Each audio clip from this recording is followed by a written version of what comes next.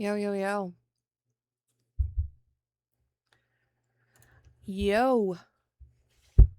Hello. Hi, hello.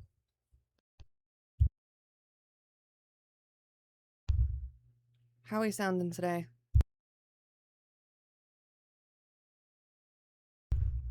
Alright, alright. I'll accept it. It's acceptable.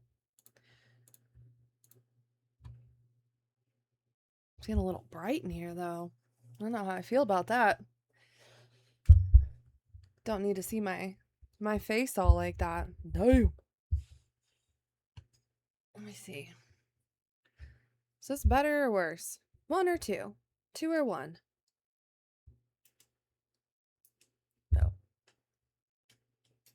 1. Definitely 1. Okay. Let's get our butts moving, huh? Getting a little freaky today. Thirsty Thursday. Yeah, boy. I figure if I can't date in real life, this is the next best thing. You'll see in a minute. Just wait. I got my donkeys. I'm hyped.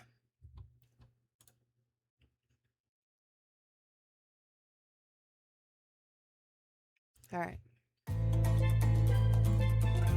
Holy. Girl, what are we doing here?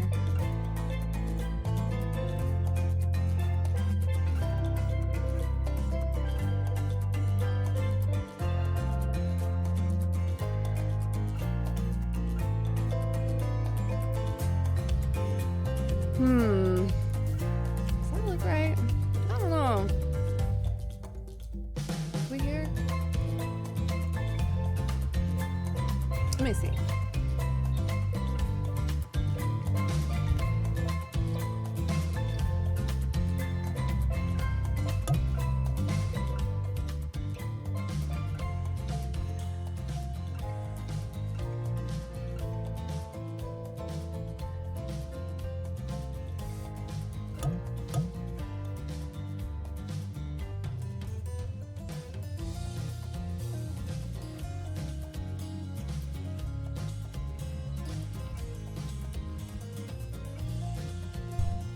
Hell yeah. That's right, baby. We e-dating today. Let's go. Look at these guys. My lord. Hey, yo. I tell you what. Behavior is a bunch of gooners. I'm not even mad at it. This should be fun. Alright. Let's see what we got going here. Is this all the settings we have? Really? Ooh.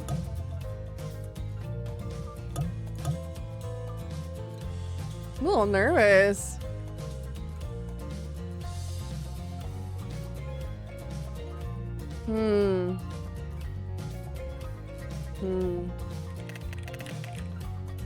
Booner G.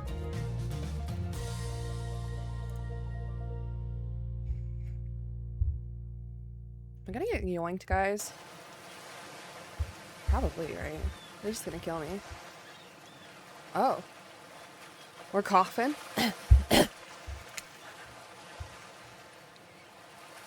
Okay. You wake up on the beach soaking wet, salt water stinging the inside of your throat as if you'd nearly drowned. Water falls from your mouth as you open it to gasp for air. You've no memory of how you got here. In fact, you can only remember your own name, but not where you came from or a single fact about your life. What you do know is that, despite the outrageous beauty of the landscape around you, you feel incredibly sick to your stomach. Ooh. From swallowing all that water, man. Why are we coughing again? Get it out. Wow, really went down the wrong pipe, huh? You need a minute, or can I go on? I think we're good. I think we're good. Because I can give you a minute. We've got plenty of time. Endless time, really. An eternity, if you catch my drift.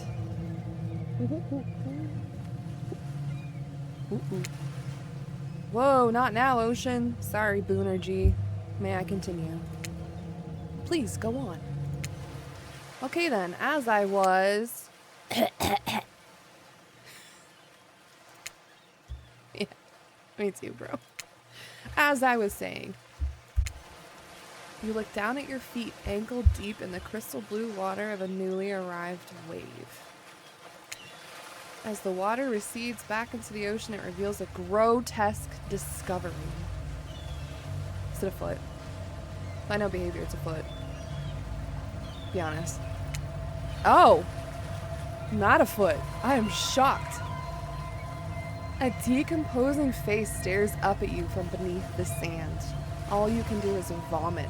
A stream of dark bile, bugs, worms, and other ick. Looks juicy. Questions race through your mind. Where are you? How did you get here? Who's behind this incredibly charming and well-spoken voice in your head? However, answers don't come easy. Your mind is completely blank. What will you do?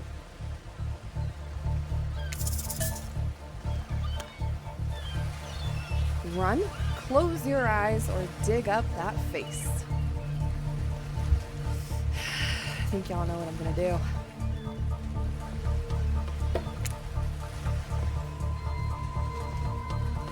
You brush the sand away from the half-buried human head embedded in the ground before you. Damn. There's no body, just this head. I ain't got no body. I ain't got nobody neither. If you know, you know.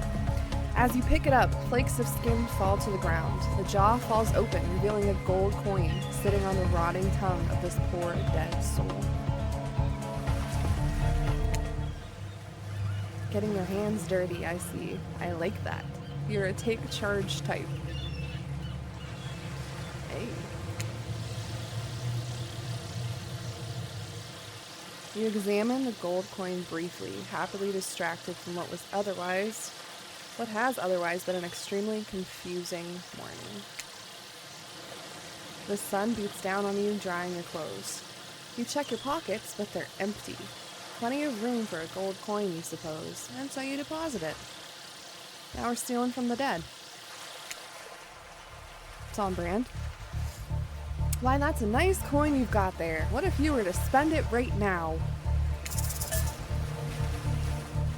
Why not? Girl, I'm half drowned on a beach with a decapitated head. What am I saving up for? Well, hello there. I'm Dwight. It's Tweet. And I'm Claudette. Hi, Claudette. We'll take that. Claudette quickly relieves you of your gold coin and tosses it to Dwight, who bites down on it like an old-timey prospector before handing it back to her. Look how cute they are. Oh my god. With her little bandana and her flower. Okay. And this is for you. Claudette presents you with a tropical drink. Let's go. We're getting litty titty on the beach, y'all. When you take a sip, you find that it's incredible. Money well spent in your estimation. Always. I'm always spending money well. But I gotta ask, could somebody maybe design the next one of these dating sims to be all inclusive? It really takes some of the fun out of a fantasy vacation to be watching your wallet the entire time. I so agree.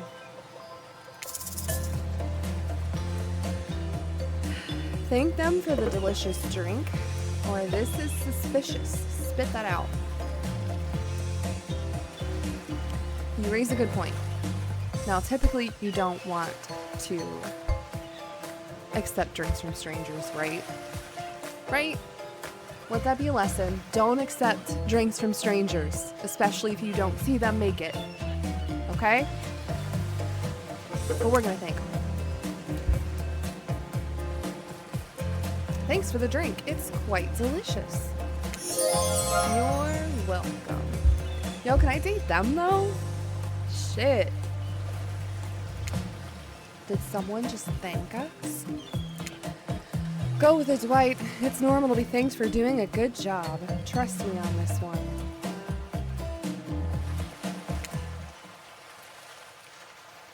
Your mind doesn't have a chance to linger any longer in your current situation as you feel something soft bump into your foot. Is that Wilson? When you look down, you find a volleyball sitting in the sand there next to you. It's Wilson. Guys, look, it's Wilson. You stare down, frozen. A voice calls out from behind you. Little help, please? You turn around, and when you see what's waiting for you, your jaw just about hits the ground. Hey, yo! Sheesh! Oh my god. Okay. He's kind of fine, though. Okay, Spirit, we see you. She's always a baddie, though. Whoa. Bro's beefy. Oh my god. Look at how cute they are. Oh my god. She's got the itties out. Whoa. Whoa. 4 gorgeous monsters stand halfway between you and a well-tended volleyball court. Each of them oozes with undead energy, a magical aura reaching out and penetrating you via your eyes. Don't be nasty. Your heart begins to race. Curiosity, fear, desire. You can't help but stare at these casually dressed, let's call them killers. I don't know, not to be judgmental, but that's just the energy they put out there. Yeah. So many competing feelings rush through your mind at once that you are completely paralyzed. I mean, real life though, these guys come up on you. What are you doing?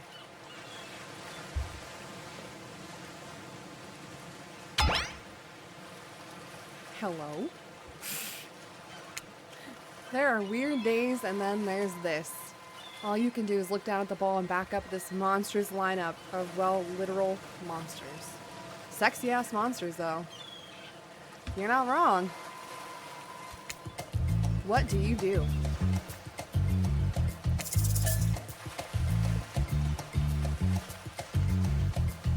Toss it back, kick it back, say no thanks. Say nothing, do nothing. I'm gonna toss it. I'm not coordinated enough to be kicking shit. Let's toss it. You bend down and grab the ball. It's warm from sitting in the sand on this beautiful day. When you give the ball a toss, it arcs beautifully through the air and lands right in the Huntress's hands. Woo! Not bad, stranger.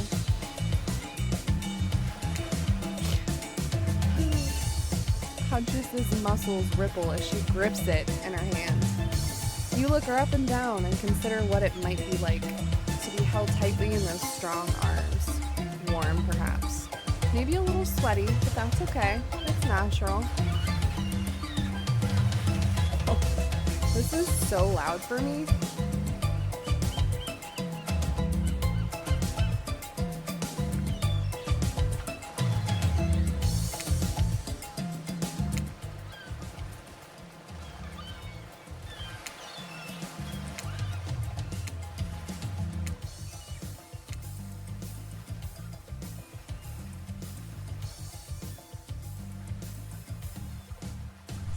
I think that's better. Holy. Now I can hear properly. All right. Back in. Try hard much? Ugh. Girl, I know you're not talking to me. Is Spirit bitchy?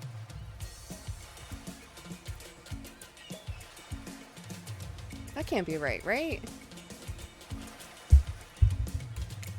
They're speaking directly to you, but you still can't bring yourself to reply. You're entranced.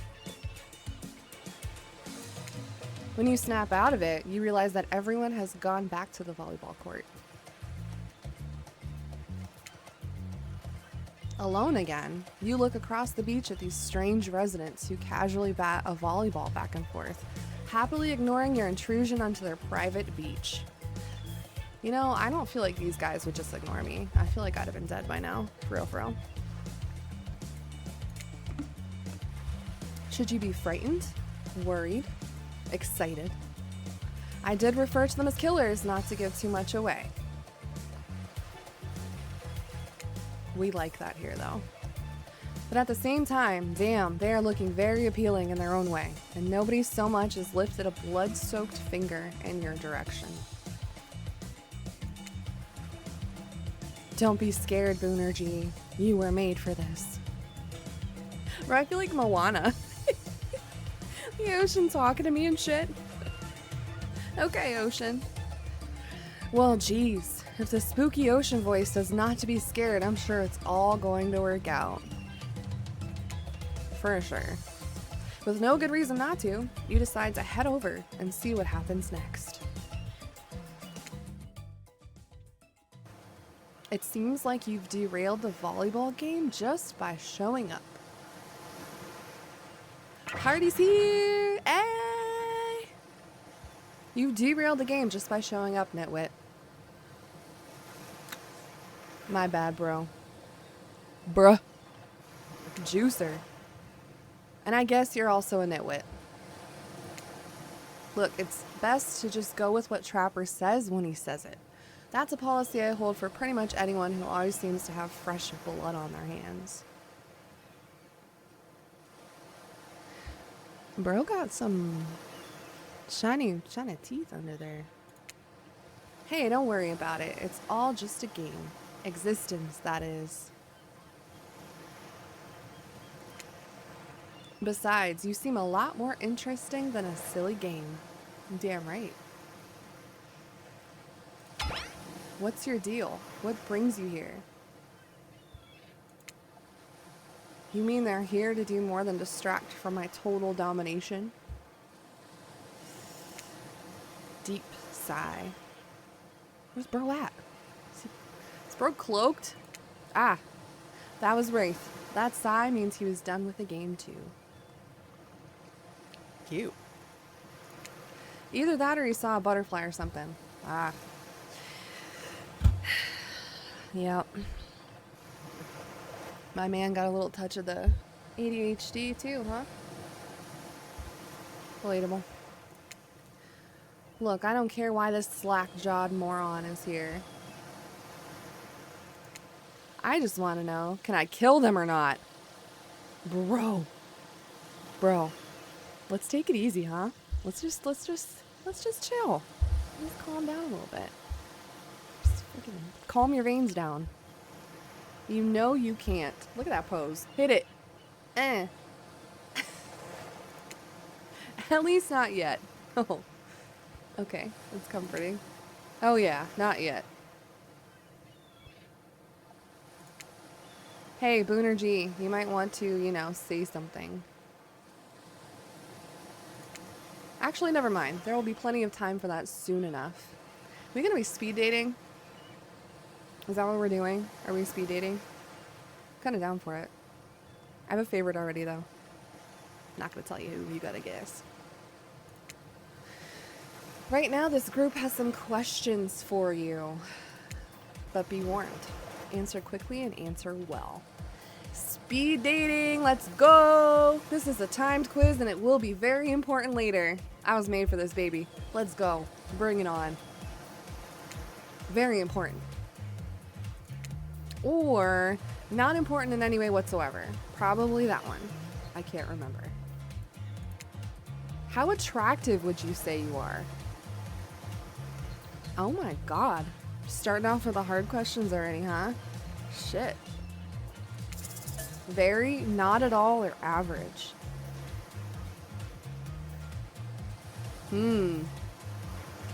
Let's say I'm pretty average. Yeah, I'm pretty average, I think. Just another face in the crowd, another normal, meaningless life in an endless cycle. So true, bestie. So true. I think you're quite cute myself, like a chipmunk or a grizzly bear. Yo, she's ready to go. If you could have any superpower, what would it be? Invisibility, flight, or super strength? Shit. I'll be flying around here. Flight for sure. Technically, I suppose I can fly. Honestly, it's not all that it's cracked up to be. As far as I go, I'm still not where I want to be. Girl, you don't fly. You phase. But okay. What do I know? Maybe it's in the lore. What was your best subject in school? You would ask that. Math, history, skipping class. Girl, I hated school. I didn't like any of it. But I was a good kid. I didn't skip because I behaved myself. So we'll say history because it sure as shit is not math. History. Nice. It's important to know what came before so that we are not doomed to repeat humanity's mistakes. I mean, we will anyways, but still. Yeah. What's your favorite animal? Dog, cat, mustelid? What the fuck is a mustelid? I'm like half tempted to Google that. Should I Google it or should I be surprised? I don't know. I'm conflicted.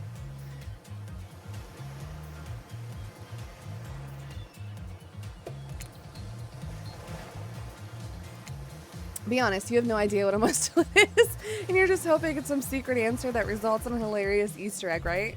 I mean, maybe. What you got for me? You got one? Ah. Because there is no Easter egg. It's just another word for ferrets and stuff like that.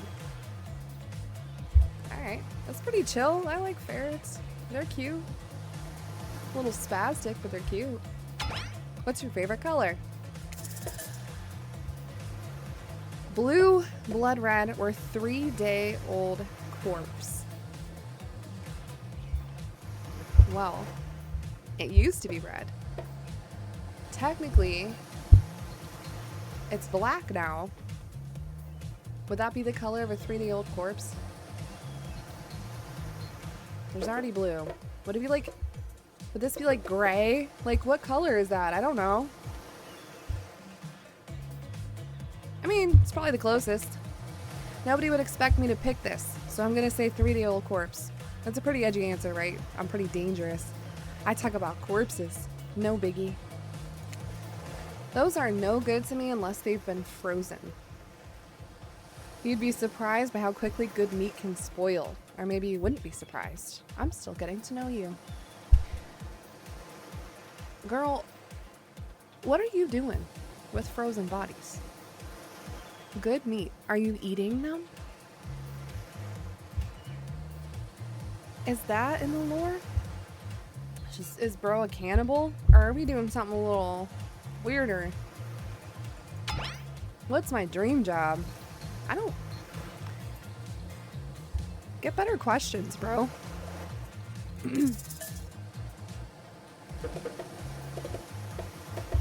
Found it. Astronaut, nightclub promoter, or not working at all? I'm not trying to work at all. Not another day of my life. Let me out of here. If we get to do what we really want, why work at all? So true. It takes a lot of courage to break free from society's expectations to climb the ladder.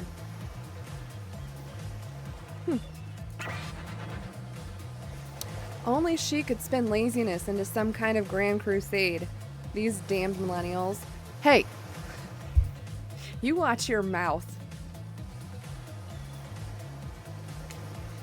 Best flavor of ice cream. Is this like... How long are we doing this whole Q&A kind of thing? Because y'all don't really need to know me that well. Vanilla, chocolate, horse flesh. Now, you wouldn't be referring to Maurice, right? Because that's my homie. I feel like you can't go wrong with vanilla. My favorite flavor is pain. Pain.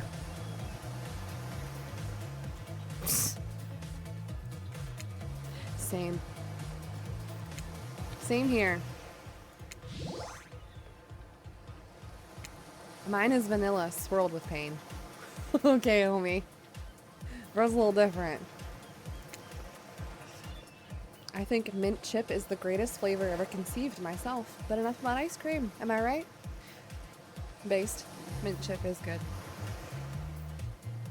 It is good too, and I don't want to hear none of this that tastes like toothpaste. Shit. Grow up. Hold on a second. This reminds me. I am right, always. It's a lesson you should learn before we go too much further. Do what I say if you want to survive. Pick mint chip. We're teaching lessons now, narrator. You rascal. Kill or be killed is the rule on this island, even for faceless voices. Tell me, what's the best flavor of ice cream? Guys, I fear I might be dead. You can't tell me what to do. Or can they? I'm scared. Am I gonna like instantly die? I'm not answering these questions again. Do I listen? Or do I rebel? We gotta set an example. You can't boss me around. I said vanilla. You got a reading comprehension problem. I just told you mint chip was where it's at. You almost bought yourself a game over there, buddy. That's right. I could end your life whenever I want to. I'm in control, so don't you forget it. If I say you like mint chip, you like mint chip. Now try it again.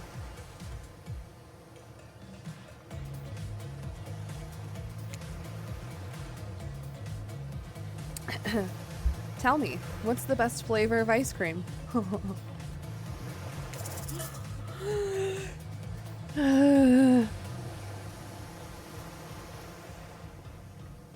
You know what? I mean, you're not wrong. Mint chip is arguably better than vanilla. But now I don't want to pick it because you told me to. So now we have a problem. Do I die? Do I brat and die? Or do we see what more the game has to offer? He's gonna call me a pushover. Watch. The best flavor is mint chip. So obedient. Yeah. Just wait till I'm not. I think you're gonna do just fine. Thanks, I hate it. Anywho, now that they know so much about you, I'm sure the group wants you to start getting to know them. Do I though? Do I really? I don't think I need to know you, bro. I think I've got you figured out. I'm Trapper. I pretty much run things around here. I'm the smartest, richest, strongest person on this whole island. I don't like losers. If you want to know what a loser is, say hello to Wraith. Hi, I'm Wraith. I'm nothing like everyone else. I like nice people and loathe big, dumb idiots. Me too, bro. Hey, what's up? I'm Spirit. I don't like most things. I don't really hate most things either. It's not worth my time. But the things I do hate, I really hate, you know. Based on my personal observations, life is nothing but suffering, and society is a carefully calculated lie to keep everyone subservient to those in power. It's better to choose to just not take part. Bro. I fear the spirit is me. We're the same. Okay. Jeez, it's like she was downright murdered by society. She hates it so much. Bro. Oh no, wait. I'm remembering Spirit's story now, and that's almost exactly what happened. Yeah. Rip. Hey, I'm Huntress. Don't let these bummers get you down. There's lots of fun to be had on this island, along with lots of love. Yeah, there is, if you know what I mean. Ew. Grow up. Grow a body. Ooh, sick burn, bro. Got him. I've explained this 1,000 times. I'm dead, but I'm not a literal ghost. I just create a trail of fog. I'm not made of it. Whatever, fog body. That's not nice. He's not nice. You love it. Only sometimes. Ew, really? That's disgusting. That's why she likes it. Don't speak for me. I also hate it. Stop speaking entirely, actually. I agree with you there. For the first time ever, I agree with Wraith. Let's move on, otherwise they'll do this all day. Besides, if I know this crew, and I do, they'll want to show off soon enough. If we're done playing, let's do something else instead. Hi, miserable moose. Welcome in. Wow, for once I actually agree with the meathead. Good, how are you? I say we go to my yacht. It's the massive boat docked nearby. This is... I don't know if you have played or know what Dead by Daylight is, but this is the dating sim that, yeah, that Behavior came out with. I do play DVD. Switching it up today. Nice. I'll give everyone a taste of true luxury and power. Wraith rolls his eyes. Don't mind him, he just hates fun and happiness. No, I hate the endless, desperate, soul-crushing pursuit of wealth, the way it's flaunted needlessly and the cruelty it engenders.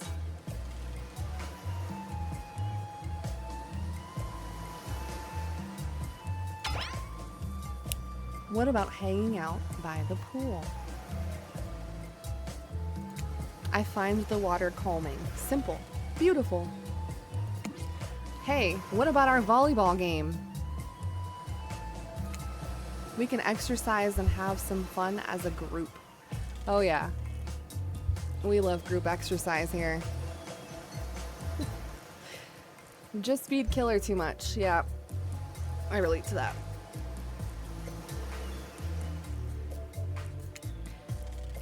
Are you all serious? There's a perfectly good lounge to chill out at right there. Yeah, I'm lazy. I don't want to be playing volleyball or whatever y'all want to do. I'm tired, and besides, I hate being in the sun.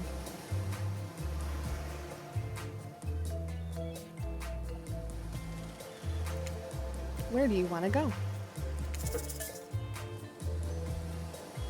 Oh shit. Where do we want to go?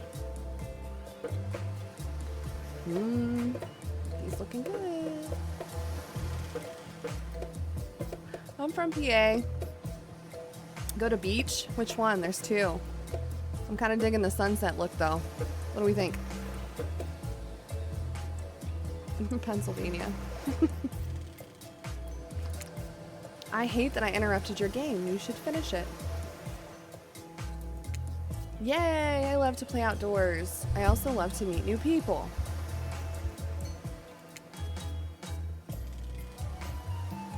I also love to bring them home to play. I'm sort of a big kid at heart. Obviously you are too. I like you already. Okay.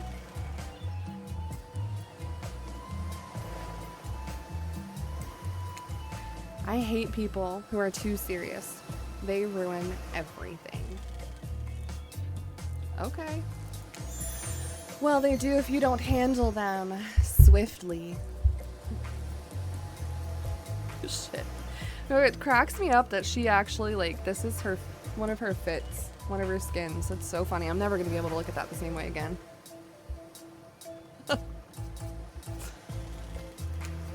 Hold on. Ooh.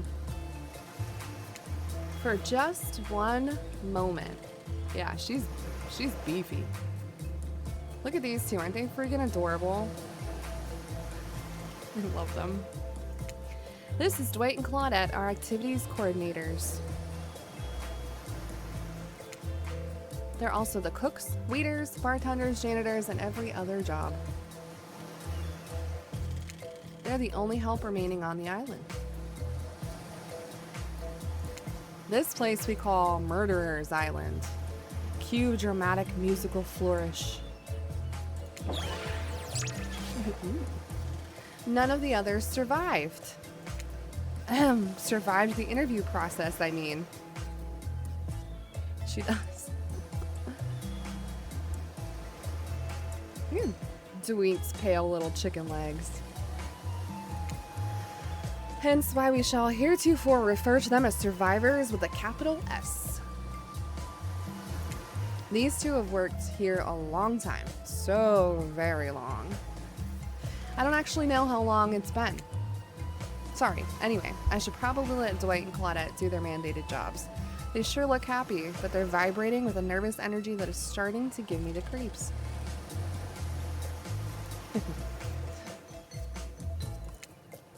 We will now escort the group to the venue of your choosing. However, in the future, we recommend waiting for us to present you with your options whenever possible, and don't just run off to various activities unsupervised. Is that how we get killed?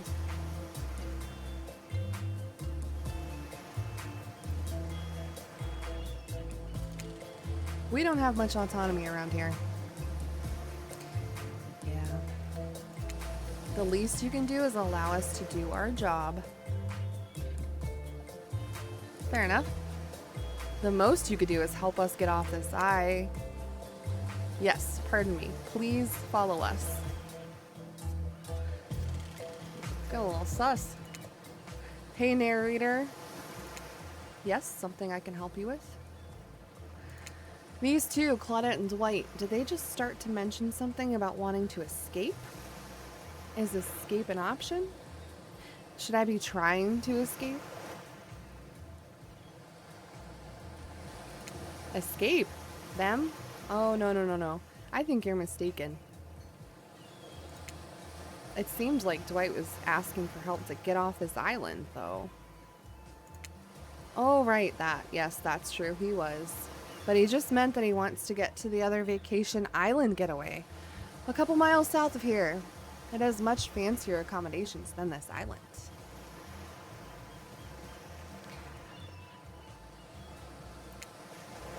It's one of those big corporate outfits, quite exclusive, where all the famous celebrities hang out. Very luxurious. Doesn't quite have the charm that this island has, though. Trust me, you wouldn't want to go there. With all that money comes a lot of restrictions. This is where you belong. Now, off you go. It's time for an activity! Woohoo! On this island, your decisions matter, mostly, when I agree with them. Not like that other island. So what'll it be? Didn't I already choose this? Or are we choosing again?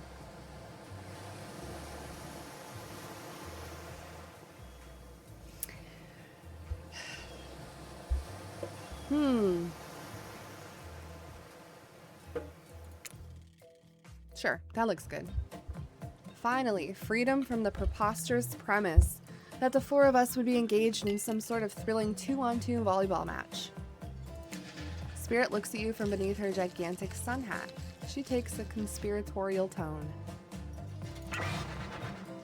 I don't know whose idea volleyball was in the first place, but I hate them.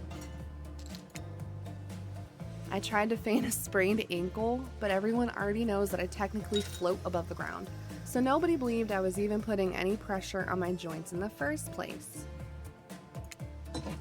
Then I tried to annoy everyone by not giving a crap, and when that didn't work, I tried whining, and when that didn't work, I threatened to kill every single person on this island.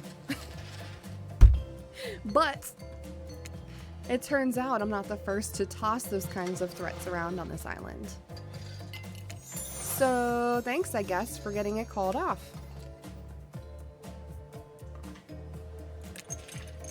Are we threatening to end each other again? Now it's Dwight who takes on a conspiratorial tone, his eyes shifting as he slips into a loud whisper. Please just make it quick.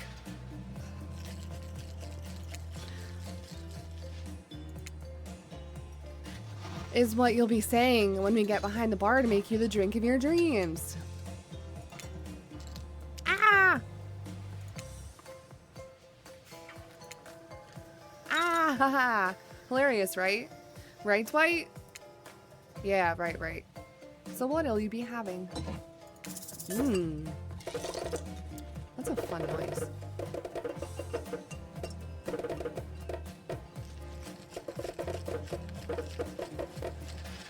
Vodka soda, sangria, scotch, rocks, virgin daiquiri. If I was smart, I'd pick the virgin daiquiri. Because, you gotta keep your wits about you. But, despise that. We're not gonna do straight liquor. We'll go sangria. Something fruity but refreshing. Hold the coconut rum. A sangria, maybe? My pleasure. That sounds nice. We used to make drinks like that back home. Where's Bro from? I don't even know. I don't know Wraith's lore.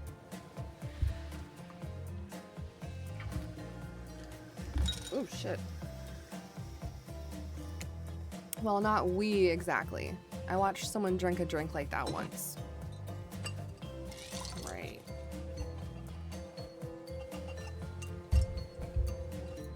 They looked happy. Now's your chance to be the one with the drink. What do you say? This is some sort of juice for a child? Are there children hiding about? No, it's for adults. The kind who like, tropical fun. Oh, I see. Bro's kind of a little sussy-bussy, I'm not gonna lie. Frozen bodies, kids. Huntress really seemed to perk up at the idea of kids being around and is bummed to hear there aren't any. But I'm quite glad it's just grown-ups on this island, personally. Little ones should definitely not be exposed to this. I would say so. Not my cup of tea, but okay, sure. We can still use it for a toast, yeah? To new adventures. To new friends. Who may or may not eat me later. To, clink. Did you just say clink? No. Since we fulfilled your requests, it's time for you to return the favor. I should have known there was a catch. Icebreaker time. Good Lord. There's a reason I don't date in real life, because it's this. This is what we do. I swear, had I known they'd pull this kind of faux enthusiastic community building crap, I'd have suggested we attempt to walk to the lowest point of the ocean before I ever set foot near this bar. You don't think it could be kind of fun?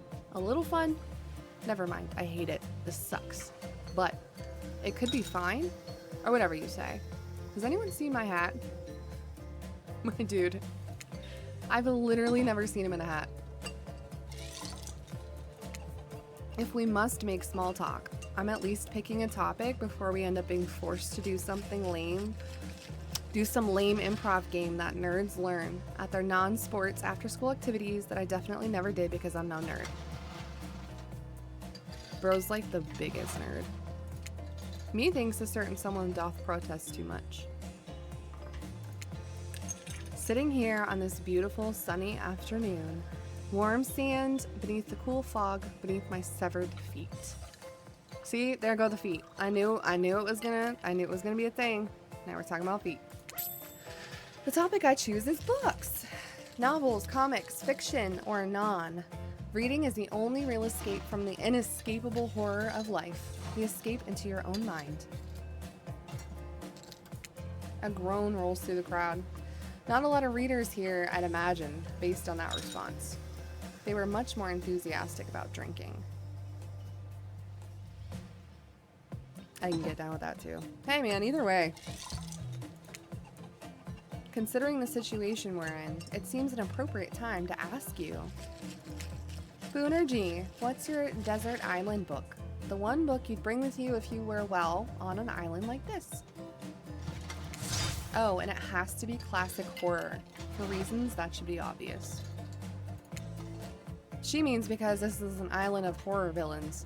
And also those books are all in the public domain.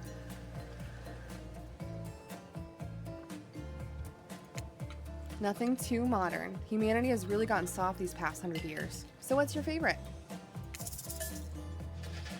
Drac, Frankenstein, Dr. Jekyll, and Mr. Hyde are books? No thanks. Gotta go Dracula. Dracula is one classic that's still scary. To be seduced by some beautiful stranger, only to learn later on that they're an immortal villain. It's downright thrilling? Well, I guess, but I was going to say that despite the deviant behavior of Dracula and the threat of possible danger, or even death that he poses, we can't help but get turned on by the liberation from the status quo that he represents. Same here.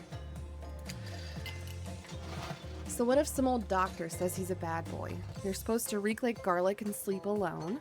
Who did they think would buy into that?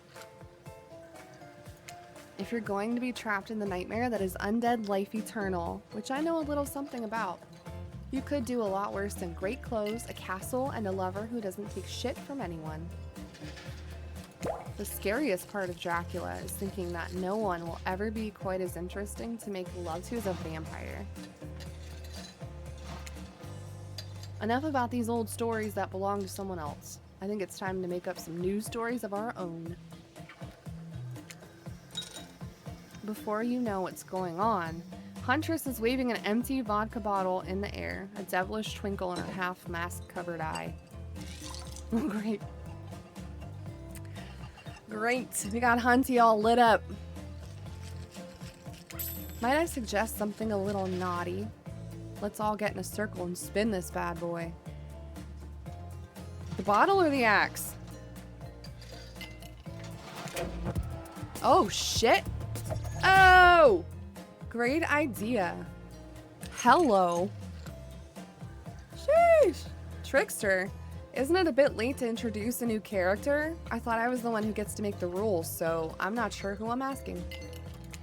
But I wasn't ready for this. Shit, me either. Look at him. Okay. Well, hello. And who is this new fan in the waiting? Beat it, hack. I don't know. What's the harm in inviting one more person to join the circle for our game? Oh, I can't stay. I was just saying it's a great idea, while also teasing the secret trickster ending. I've got much, much better things to do than hang out here. I'm famous. Yeah, you are. Toodaloo! The rules are simple. First you spin, then you swap. Spit, that is. Freaky! But let's be clear, this ain't a peep show. We're here to have a good time, but in a classy way. All makeouts will happen out of view of the public eye. Real romantic, like. Bro, we're getting freaky with the characters from DVD. Come on now. I want to see a little smooching. Yes, romance is the goal. So we'll all be waiting here in complete silence, trying to listen in and use our imaginations while you make out on the other side of the bar, but no watching. Fine. You guys are no fun. Like adults. Romantic, well-adjusted adults. I'm not a well-adjusted adult. Boonergy, you're up. Let's go. You grip the bottle in your hand and put your fate in the hands of the empty bottle gods. All right, guys. Get ready.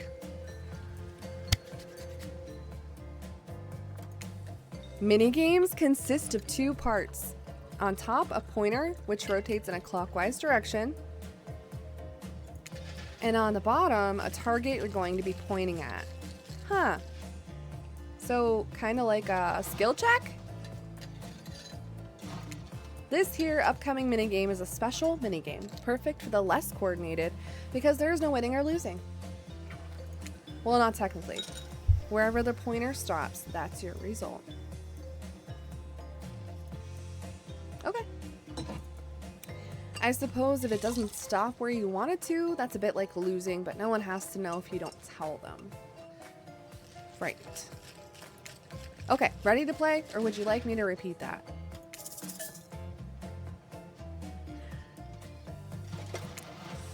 Would you please repeat the instructions? My pleasure. Blah, blah, blah, blah, blah, blah, blah. Blah, blah, blah, blah, blah. Okay. Now we'll play. Ready. Away we go. Spin the bottle and see who you're gonna smooch. I get to smooch someone. We're smooching, people. Please don't be Trapper. It's gonna be Trapper. Oh God. Wait, why is it so slow?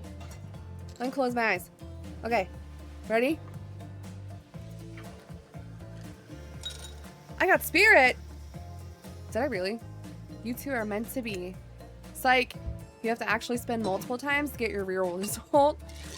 First to get to 3 times is your true match. That's how we play hardcore spin the bottle on this here island. What the flip? Whatever, I didn't want her anyway. Now get your spin on. Okay. Where's the button? How? You're lying. I'm gonna look this time. Bro, I swear I'm not doing that on purpose. This is rigged. It's rigged!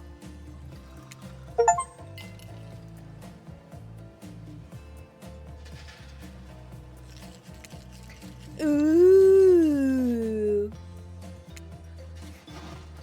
Just this morning, you were waking up on a strange beach, surrounded by strangers with murderous intent. Now, you're looking across the beach towel at Spirit, lust in her eyes, sweat glistening on her skin. Your heart races. You can feel your pulse pounding in your ears. Oh God. Spirit takes you by the hand and you sit face to face at a private section of the bar. Oh, butterflies. She begins to reach for you, putting her hands on your shoulders. You're sweating, but not in the sexy way she is. You're sweating in the gross way you'd sweat at the interview for a job you're not even remotely qualified for. Bro, this is lore accurate. I'm sweating my ass off right now.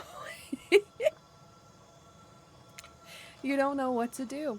If you try and lock lips in this state, you might gross her out so completely that she'll never be able to look at you romantically again. I mean, do I really care? I mean, am I into spirit at all? Oh, God. Spirit, I, you, we. I have some bad news for you. I have something in my teeth, don't I? I think it might be seaweed. I have no idea how long I was in that ocean. No. Well, maybe. But that's not what I was going to say. It's not happening. Not now. Maybe not ever.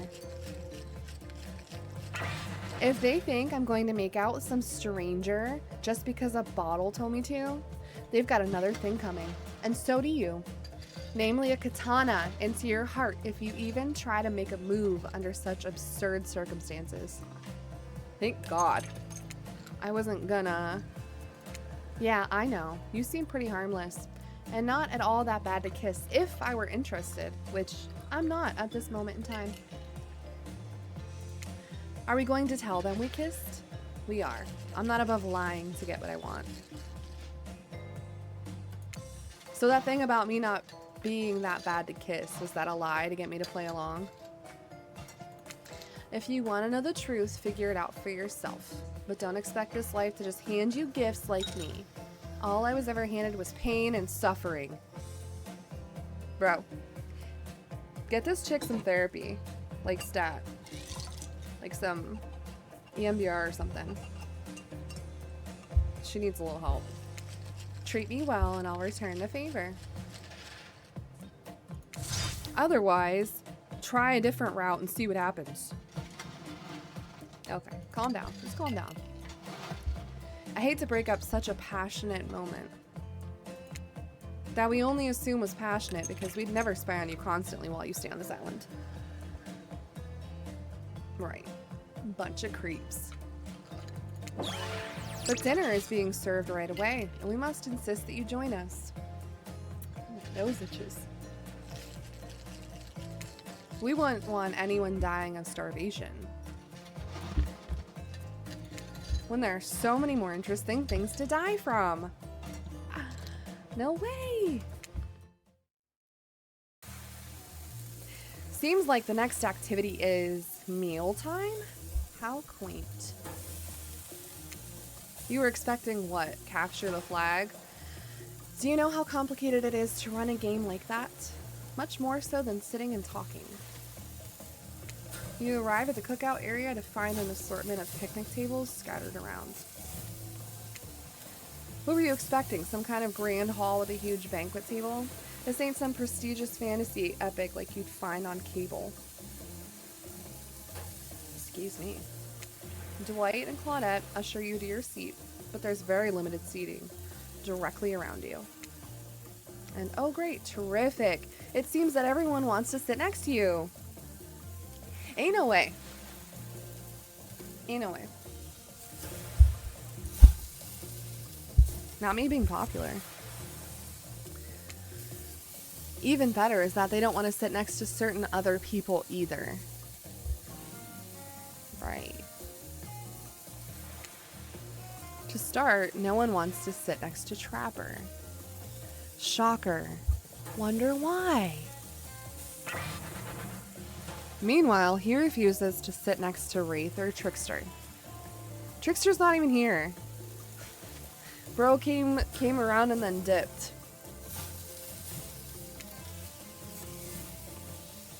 Oh yeah, Trickster is here.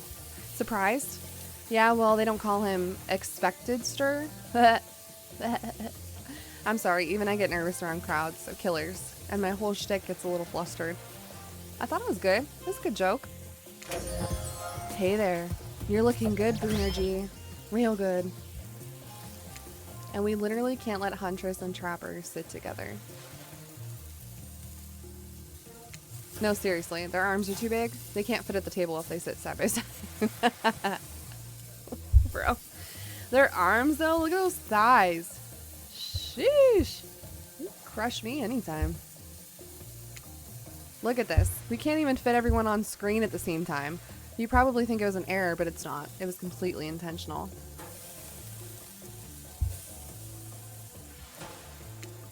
Let that be a lesson to you. Every error you think you see is a choice. Got that? Okay, Dwight and Claudette are directing traffic. You sit on one side, the rest of them will sit opposite you. Okay. Huntress and Trapper can sit at the ends with their enormous, sexy arms. Now that everyone is seated, we can begin dinner. Tonight's meal was prepared slowly and carefully, with both the love and hate for 12 hours over a spit. We hope you all enjoy. We really, really hope you do. Hey, you didn't actually tell us what you're serving. What are we eating? It's meat. We got some schmeat. Seasoned with a specific number of special herbs and spices that we simply can't divulge. It's oddly specific. My favorite. Meat is good. Meat is murder. Which you'd know, considering what you've been up to. Who are you to get judgy now? I'm just sharing facts. And you need to murder something to eat its meat, so that's like technically true. Technically true is the best kind of true. It is a good one. Okay, enough yapping. Let's eat. Bro's hungry. Hey, Boonergy, you thinking what I'm thinking? No? It's gonna be a person on that spit, right? Or several parts of overlapping people, perhaps? Ew. I haven't seen many pigs wearing palm tree button-down prints, you know? When you look closely at the spit, you spot what definitely appears to be scraps of fabric sandwiched between some layers of meat. Who we eating? Which one of them? I think I might be sick. Is there anything else to eat? This took 12 hours. Right, can't be ungrateful. We are stranded on an island with several killers, mind you. And we do literally everything on this island. Well, bro, I didn't ask you to. But congrats. Actually, there's one thing you're not doing today. You're not carving up this delectable meal. Wow, he's right for a change. Because I am with my broad axe. It's the perfect tool for easily chopping anything in twain. In twain? First, who says twain? For real, dude. Sometimes I swear it's like we're all from completely different historical eras. Second, I'll handle this with my cleaver. Fast, powerful, and clean. At least it's clean when the meat is cooked. No blood. Ugh, you two and your ridiculous bicep swinging contest. Enough. Grow up. Obviously, my gorgeous katana is the only option. Obs. The hell it is. Oh, I'll show you both. My katana will send you to actual hell if you'd like. Please stop, please. I hate when we fight, or talk, or even when we look each other in the eye. Bro's scared. He's so scared. Who hurt you? I can do it. I have the skull of Azarov. True. You do have that. Great. Instead of slicing it up, you can club it to a second death. Hey, Boonergy. I know this isn't what you want to eat, but hurry up and volunteer to carve up dinner. Felix! Felix? Otherwise, this will go on for hours. No hyperbole. They once argued over who had the most effective weapons for 72 straight hours. And it doesn't matter which one does it. When they're done, they'll take even longer cleaning their weapon, all while explaining the value in maintaining your tools. Snooze fest, bro. Despite being a bunch of cold-blooded killers, for some reason they're always terrified of tetanus. Hey, why don't you just let me carve up dinner? Splendid idea. We'd hate for it to get cold. He hated when it got cold. Rip to Felix, though, for real. Rip to the homie. Here's a machete, freshly sharpened. Ah. Okay, we know the minigame. We get it. Sometimes the target is immediately visible. Sometimes it's hidden until the pointer arrives. Okay. Alright, switch it up a little bit. Press the space bar to stop the pointer while over the target to win. Fail to land on the target and you will lose. Okay. To achieve a perfect success, land on the start of the target area, not the end. Okay, ready to play, or would you like me to repeat that? Let's go. You're making me nervous. Ready. Away we go. Slice. Perfect. I was a lot more worried about that than I feel like I needed to be. Oh, shit. Not bad. Perfect. Please stop. Ugh. Not bad. Ah! Ay! Perfect. That was pretty good. I'd like to see what you could do with a less clumsy weapon. Yeah, I said it. Machetes are dumb.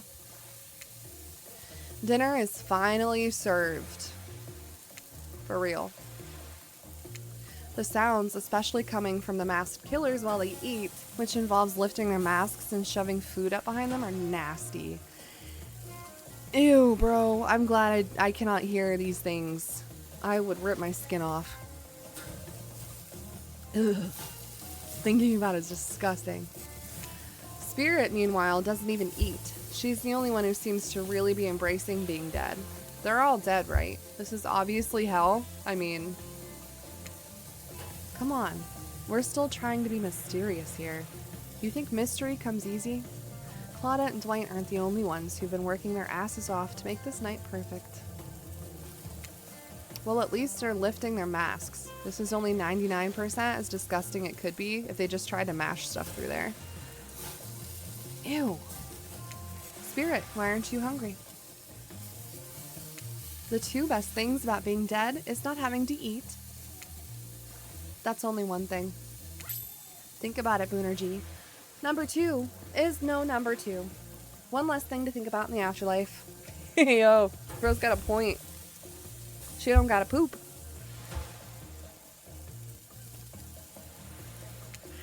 Even if I wanted to eat, I have no idea what would actually follow. Would it even, like, make it through there? She's, like, chopped all over the place. You might have noticed, but I'm mostly just a bunch of dismembered body parts floating in a spectral form. I did, in fact, notice. Do you see how deep this cut on my abdomen is? I don't think my digestive tract connects anymore. Yeah. I think you're probably right.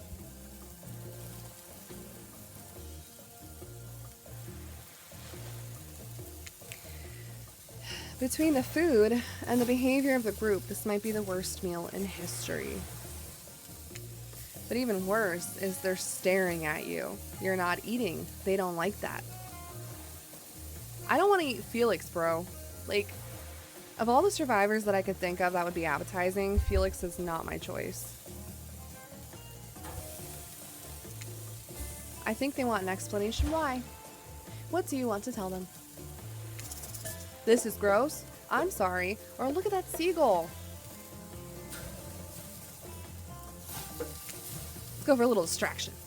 Wow, you ever see a seagull that big? I haven't. That's incredible. Anyway, what were we talking about?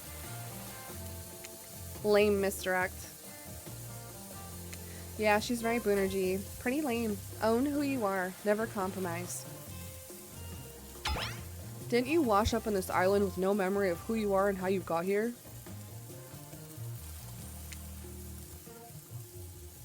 Yes, you did. Poor thing.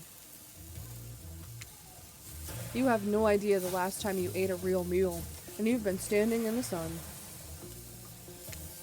but the seagull. Uh-oh, he just made a lot of good points. I swear. You're beginning to feel lightheaded. Oh, great.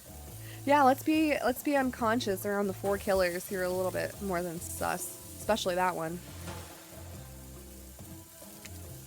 It waved at me. Maybe you need to eat to survive here. Either that or someone poisoned you. Oh. No, wait. You haven't eaten, so you can't be poisoned. Right.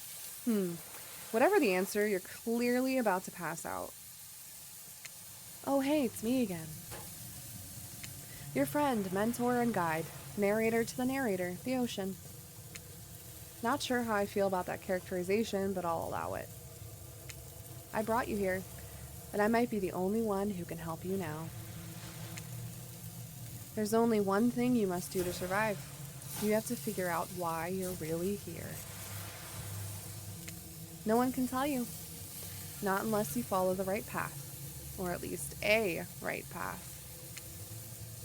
There's too many of those to count. Hopefully you pick at least one of them. Because there are even more wrong paths. Many of them lead to your demise. Others lead to something even worse. Ooh. Starting scenes over and having to fast forward back to where you were, am I right? For this place holds many secrets, even from itself. But the one that truly matters can only be learned if you answer the most important question. Why are you here? Why are you here? Answer that and you'll learn the truth.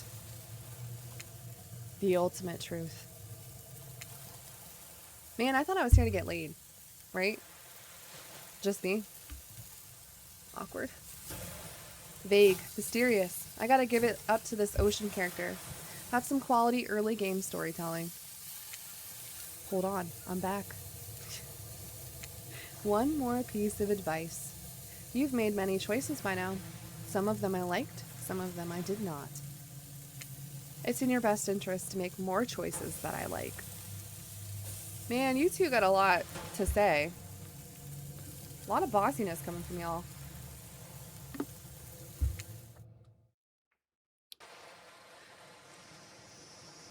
You wake up to find Spirit holding your limp body, gingerly pouring cool water into your mouth.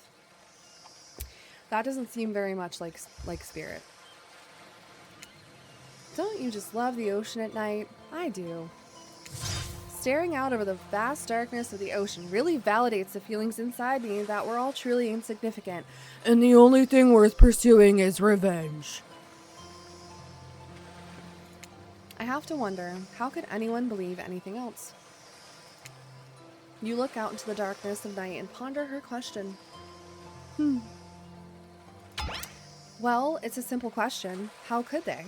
How could anyone not feel small and alone in the face of such massive nothingness?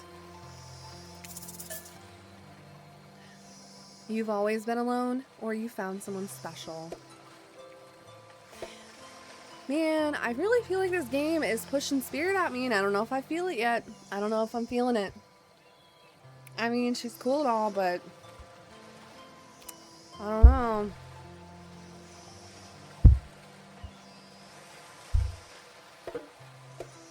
Don't kill me, please. Oh, shit. Maybe it's Spirit's words, maybe it's the ocean, or maybe it's always been this way. But you suddenly feel connected to Spirit's words. Suddenly? Guys. I may not remember much about my life before, but there's one thing I know to be true. I've always been alone. And I always will be alone. Spirit has turned from looking at the ocean and is looking directly at you now. It's a funny idea, isn't it? Being alone. Together. It's the best we can hope for. Maybe. Or maybe it's too much to hope for. Maybe it's impossible. To pretend we know anything. Is that just arrogance? Ugh, I was so dumb. So busy trying to please everyone and be the perfect student, perfect employee, the perfect daughter. I didn't take care of myself. And now I'm all I've got. Worst of all, I got distracted from my true purpose, my destiny, the purpose that was sitting inside me my whole life. Okay, so this might sound a bit silly, but Spirit looks around to see if there's anyone else on the beach. When she's convinced that it's only you two, she continues. There's a dragon that lives inside me. I've always known, but I've tried to ignore it. When I couldn't ignore it, I tried to push it down. I'm so stupid. You're not stupid, that sounds badass. Right? But I didn't let it out, and then I, chop, chop. And now that dragon is pretty much a one-track revenge beast. I mean, I'd be pretty pissed too if I was like cut into pieces by my family. It's kind of brutal. But enough about me. What's inside of you, stranger? Oh my god. Nothing but darkness. No dragon, just a lot of fire. Should we be emo or spicy? Emo or spicy? I think she's gonna like this one. So I'm gonna pick this one because I don't want her to like me. I'd kill to have a dragon. Maybe not the best choice of words. I mean, a dragon sounds awesome. Honestly though, I don't feel like I've got anything inside me at all. Just darkness. Never ending darkness. And here I thought Spirit was the biggest goth on the island until you arrived. You damn straight. Perhaps I could light a torch and search through that darkness. No! Just as things are really heating up, you hear a flurry of footsteps behind you, and you quickly spin around, ready to fend off whatever new danger has popped up on this strange island.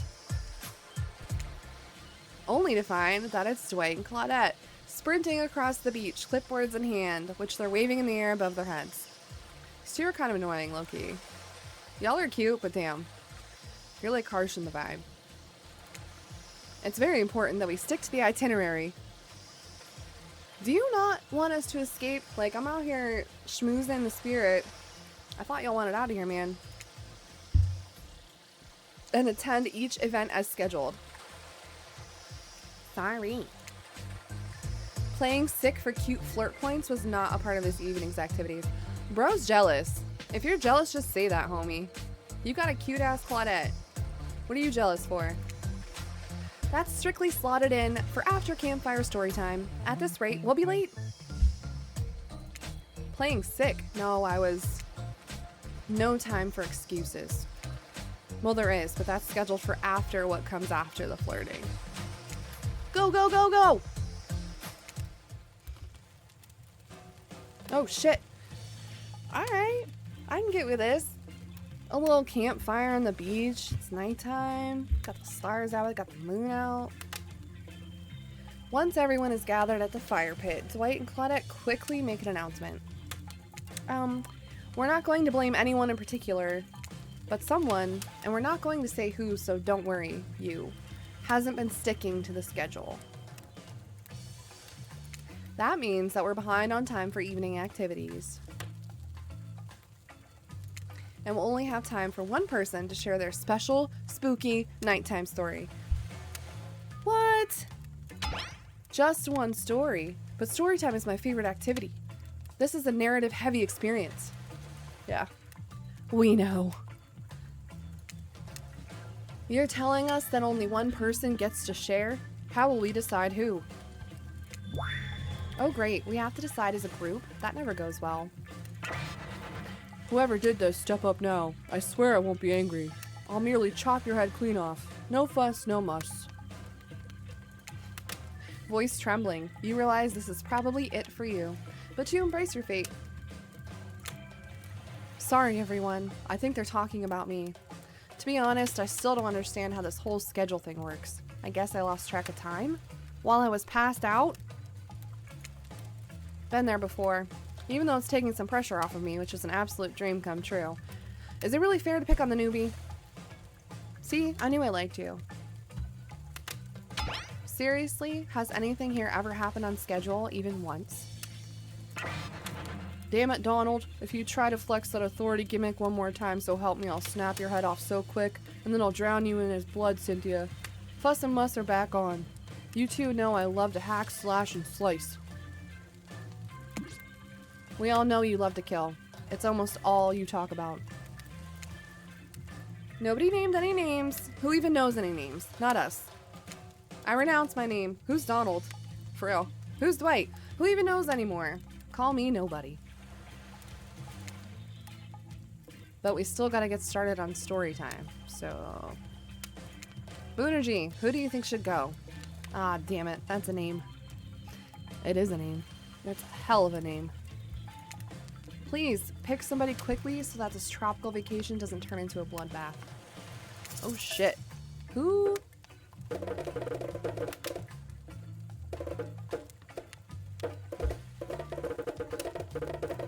Okay. I'm picking Wraith, my boy. I choose you, Pikachu! Whoa, whoa. This entire experience is being carefully crafted to avoid an IP infringement lawsuit. Let's be careful with the catchphrases, will ya? Oh, shit! Did they hear me? I'm not really one for scary stories. Life is scary enough as it is. You literally carry around a skull and a spine as your little prop. You do that, that's true. As the other killers laugh, Wraith holds up his skull and gazes into its hollow, dark eye sockets. Oh. He's a sad boy. Those are my favorite. If you're looking for something Shakespearean in this story, look elsewhere. This is a tale of madness, of staring at the soul of death and never returning. Once upon a time, a young man worked at a junkyard. The man was quiet, kept to himself, just wanted to avoid trouble. While the boss dealt with clients, the young man operated the crusher, turning old cars into cubes of twisted metal. One day, right before crushing a car, he noticed something. Blood. Drip, drip, dripping from the trunk. He opened it and found a frightened stranger, bound and gagged. The young man reeled. Was he about to accidentally murder the stranger? How could this have happened? He freed the stranger, who ran off into the waiting arms of the boss, the owner of the junkyard. Before his shaken employee could tell him about the mistake they had nearly made, the boss took out a knife and swiftly slit the stranger's throat. The young man fell to his knees, unable to comprehend what was happening. As he stared at the ground, too shocked to cry, the boss approached him. "What did you do?" he asked the boss. "I did your job for you." "What do you mean? That's not my job. My job is to crush the cars." The boss let out a miserable scoff, his face contorting in evil disdain for the pathetic wretch in front of him. "Why do you think we're crushing these cars? To save space? Who do you think my clients are?" I don't know," mumbled the young man. "Yes, you do," screamed the boss. "Deep down, you've always known what was happening here. You just didn't want to admit it to yourself. Your hands aren't clean. My clients give me money and I take care of their problems. Eliminate their witnesses. Tie up their loose ends. Or actually, you do." "No," the young man whimpered as the boss towered above him. "Yes, you're nothing more than an executioner, and you've reaped hundreds of souls." The young man's body shook with soft spasms as he tried to stop crying. It was when the boss started laughing that it happened. Something in the young man changed. He stood up, now taller than the boss. A faint glimmer of fear overtook the snarl on the older man's face. The young man's face was empty. Empty as he grabbed the boss's throat and dragged him to the car in the crusher. Empty as he picked up the boss and stuffed him inside. Empty as he slammed the trunk down on him, its stupid fat head sticking out, begging for mercy.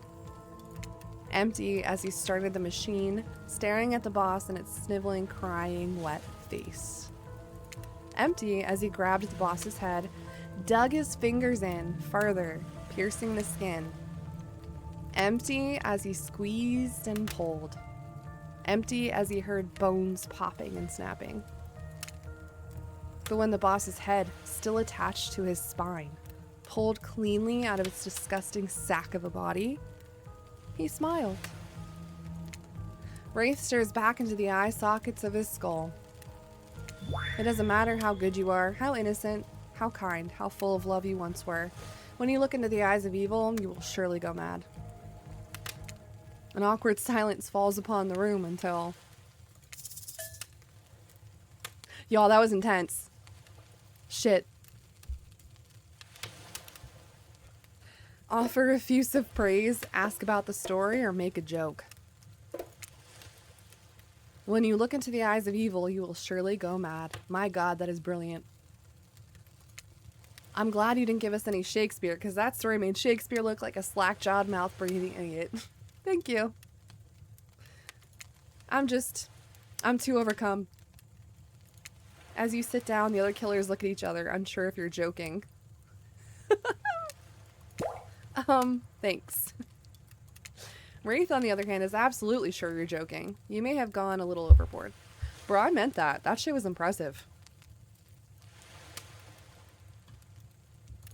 On that note, everyone decides it's time to take a break and split up for a little bit so that they can all have a moment alone before bed. Hey, yo. What are we doing with our alone time? Everyone leaves and you're alone by the fire. The only thing you hear is the ocean slowly lapping against the shore. This is nice. A true moment of peace and tranquility that lasts for all of 7 seconds because Trickster shows up and he's blaring his latest song. Hey baby, you look lonely. Mind if I join you? He doesn't wait for an answer. I know you've been hearing from these guppies all day, but I want you to hear something from a big fish like me. Something special those in charge of this island don't want you to hear. I am the ultimate catch on this island. The only lobster in an ocean of sardines. No one can give you what I can. You just have to find me. Come find me, baby. Trickster leaves. You're a bit confused about what to make of his cryptic clues, but you aren't going to get any time to yourself to think about them just yet. Wraith approaches you. Hey, I'm probably not making a great impression because I guess that's not really my thing. I just know that if you got to know me, then, I mean, look, the others aren't around. And I really hate the fire pit. I just kind of hate fire in general. Maybe we could go back to the pool? And like, I don't know, whatever, you know? A dip in the pool with the Wraith. You've come a long way in a single day. I'm not saying you shouldn't follow him. An offer like that. Just don't forget our little talk.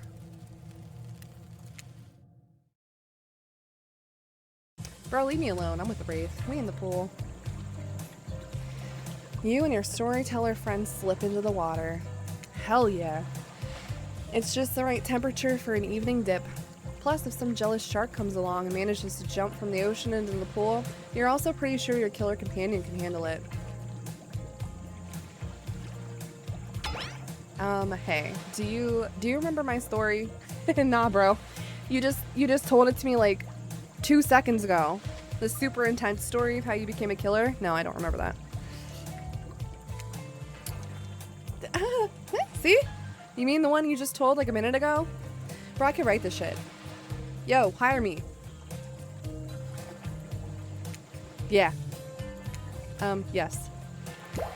I mean, like, what did you think of, the young man in the story? Do you think he's weird? I do think he's weird, but I'm into it. Shit. What does he want me to say?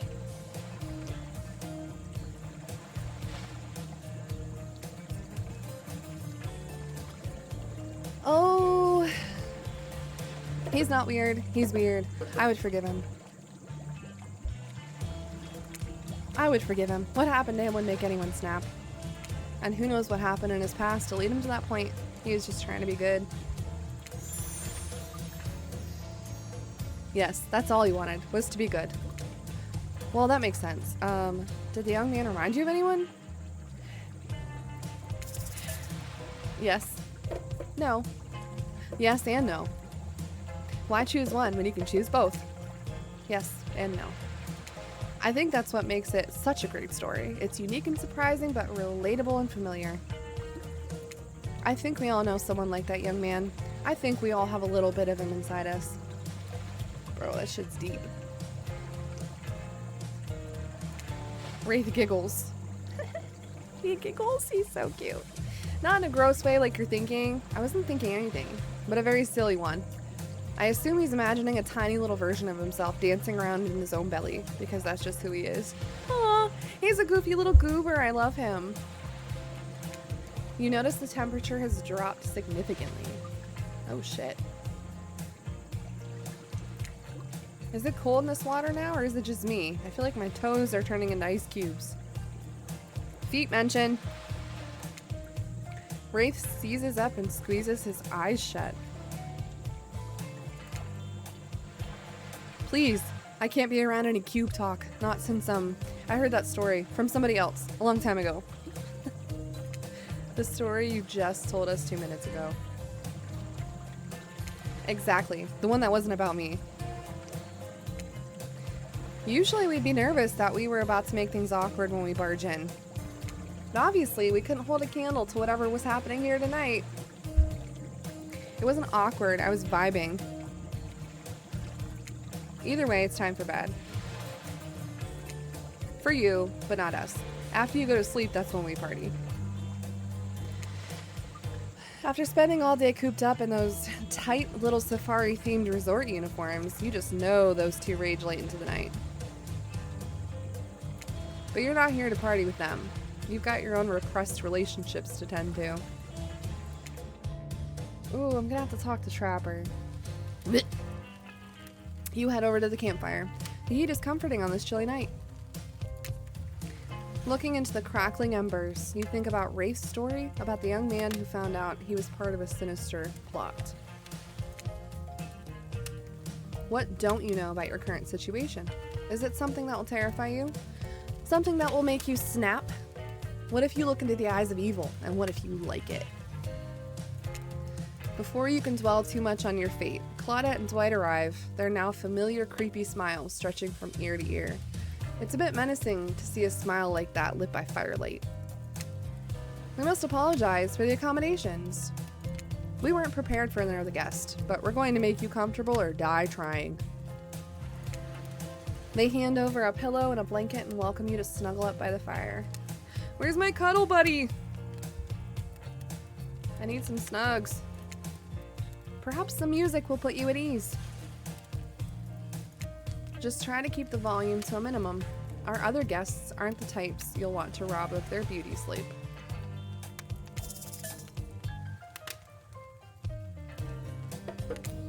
Ready.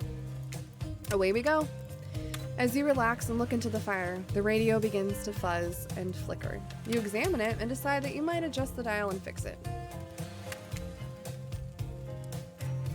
Oh shit. Is this a, oh. Oh, that's not the, okay. What am I choosing here? Let's see what's on this station. Listen more?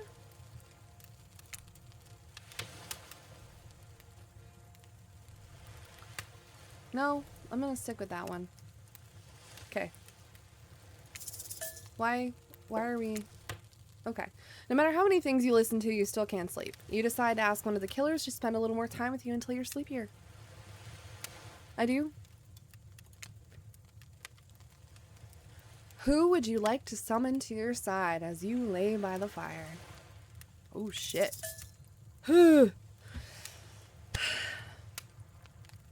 Now, listen. I don't want Spirit. 1, I don't like her. 2, she's pointy and sharp. And not good for snuggling. You're an idiot. But you are beefy. You're okay. Maybe. I kind of got a soft spot for Wraith, I'm not gonna lie. He's a cutie. We're gonna pick Wraith. Wraith, are you around? I was wondering if I could get a little company. I can't really sleep. Ayo, you up? Oh, that happens to me a lot. Okay, don't laugh. Promise? I promise. I guess my secret to falling asleep is listening to the sounds of bells or chimes. Oh, think of it as white noise to drown out anything you might be hearing that's keeping you up. Like a bing bong. Bing bong! Bing bong! Like what, Wraith? Like those distant screams we could all hear coming from beyond the mountain? If that's a bit morbid, I guess you could hold on to this chess piece of mine. Okay. It's a knight. They're brave, like I wish I were. And the horse, he's cute. He is kind of cute. Okay, shit. You finally start to feel sleepy, except maybe this isn't really a sleepy feeling. Maybe you're paralyzed. You try to keep your eyes open, but you can't. Darkness overtakes you. The dark voice from earlier speaks to you again. It shouldn't still be as spooky. By now you've had a whole day of strange voices in your head, but this one is still undeniably odd. The human body is made up of 60% water. Did you know that? Of course you did. Everyone knows that. Even amnesiac video game protagonists. I thought it was more than that. Like, for real? 60? Well, guess what? Drink as much as you'd like. You'll never get to 100%. You hear me? Don't think I don't see what you're up to. You awake suddenly to see someone looming over you. Is it the beefcake? Ew, it is! Trapper is sitting beside you, sketching a portrait. Ew. I mean, I'm kind of into that, but like, you would, though. Oh, you're awake. I saw you with Wraith right before bedtime. You should know they're not what they seem. Not like me, who's obviously completely honest and trustworthy. I was out checking to make sure you weren't sleeping near one of my... Actually, never mind. Just be careful where you sit. But since I'm here, I'd like to share 2 things with you. 1, I do not take rejection well. Shocker. 2, the first thing is very important to remember. Were you drawing me? Trapper doesn't answer. You aren't drawing stink lines radiating out from me, are you? Stink lines? Still nothing from Trapper. Do I stink? Guys, do I stink? Be honest. Look, I'm not an easy guy to get along with, but I am an easy guy to spend time with.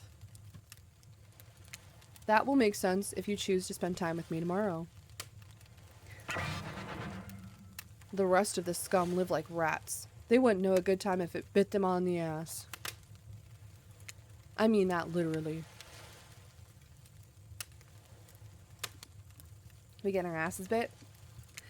Point is, if you select me, you're in for a day of luxury, extravagance, and fun. Yes, I said fun. And if I don't pick you... Remember what I said earlier. Or it might be the last thing you ever forget. Bro. I think I've dated this exact person. But hey, you look tired. Get some rest. Sleep. Maybe even sleep well if you can. Just try not to roll over to the about 15 feet to your left. Finally alone, for real this time. Maybe. You drift off to sleep again. Hopefully you're not poisoned. Okay.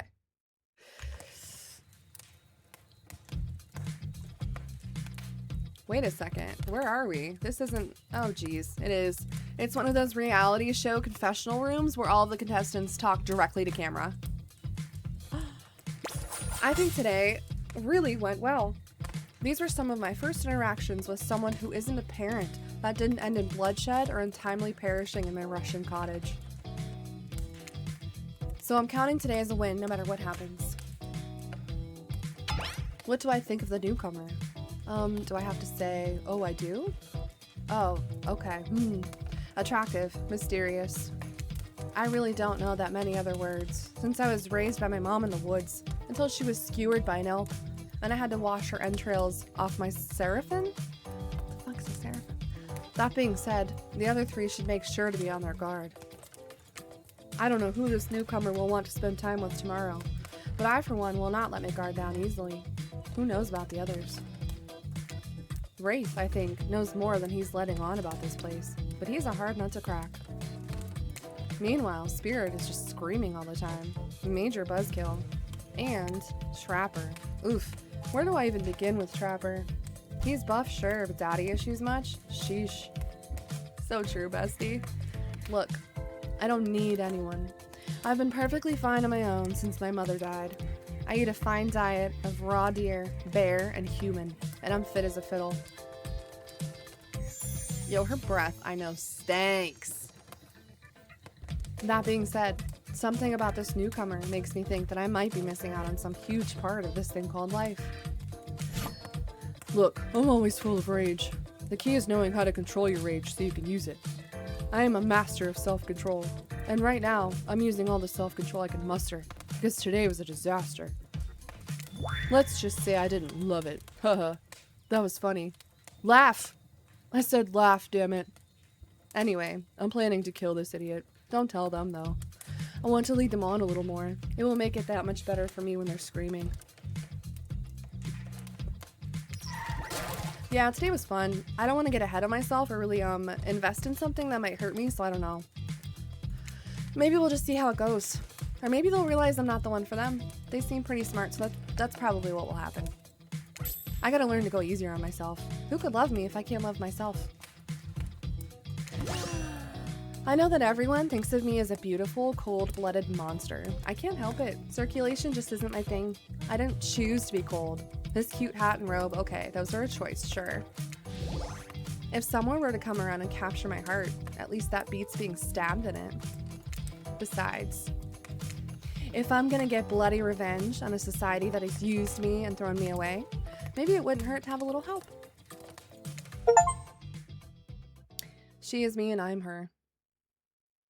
I've survived the first day, guys. Let's go. You open your eyes. The sun is shining, there's not a cloud in the sky, and you feel great. Totally well rested. You're not even suspicious of the fact you fell asleep by the campfire but woke up several yards down the beach. Let me tell you, that's happened to me before. Wait, are you on vacation? Was yesterday morning nothing more than a strange dream? No, not a dream. You really are here for another day. Why? I have no idea. You're obviously a weirdo.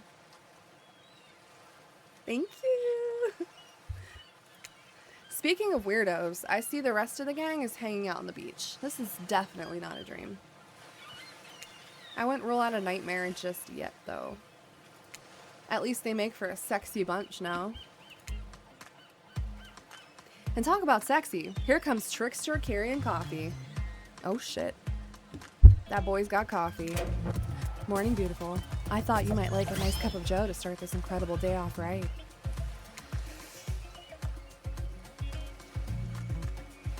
That's not poison. Trickster seems suspiciously cheerful. I'm sure there's nothing nefarious behind his joyful demeanor, though. Everyone knows musicians are morning people.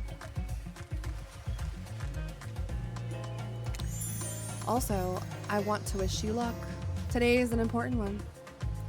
My only regret is that I won't be a bigger part of it. Budgeting issues.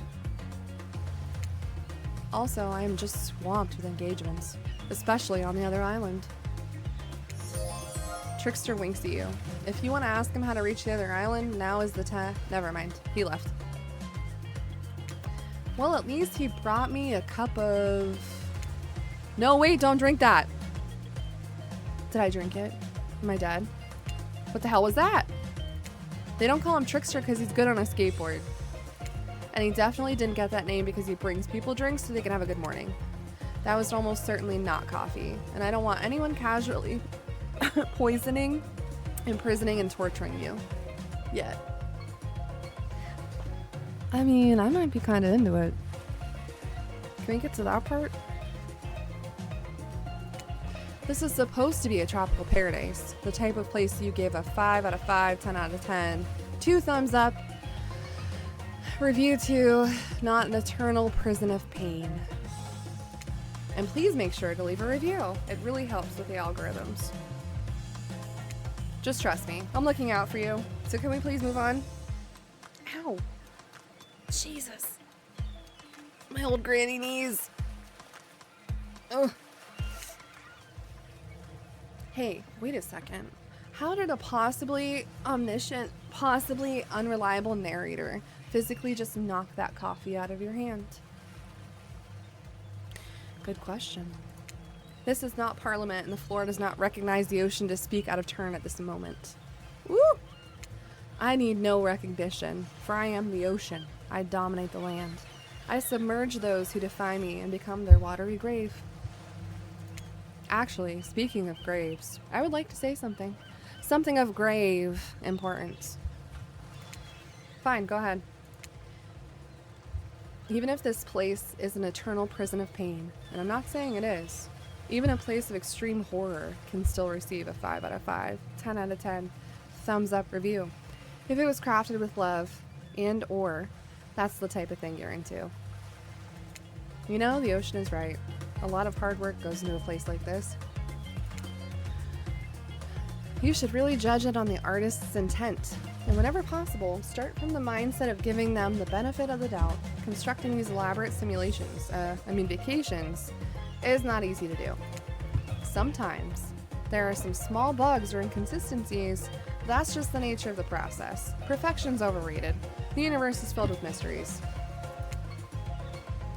We ought to celebrate those who venture to bare their souls as part of a creative process with the ultimate intent of making things for our enjoyment, not to be overly critical of them. Are you two trying to sell me on this place actually being good? You don't have to say it like that, especially after I saved you from that poorly made cup of coffee. Sorry, we should have been here 5 minutes ago. They always do this in the second morning. Sad, really. Even if they do make some great points. Oh, sure, they make great points. I agree. Can we please move on? Yes, of course. Apologies, Boonergy. The last few minutes aside, have you been enjoying your time here on the island? Yes, I've been having a lovely time. Yes, it's been really entertaining. Yes, I'm not suspicious. There's a no option.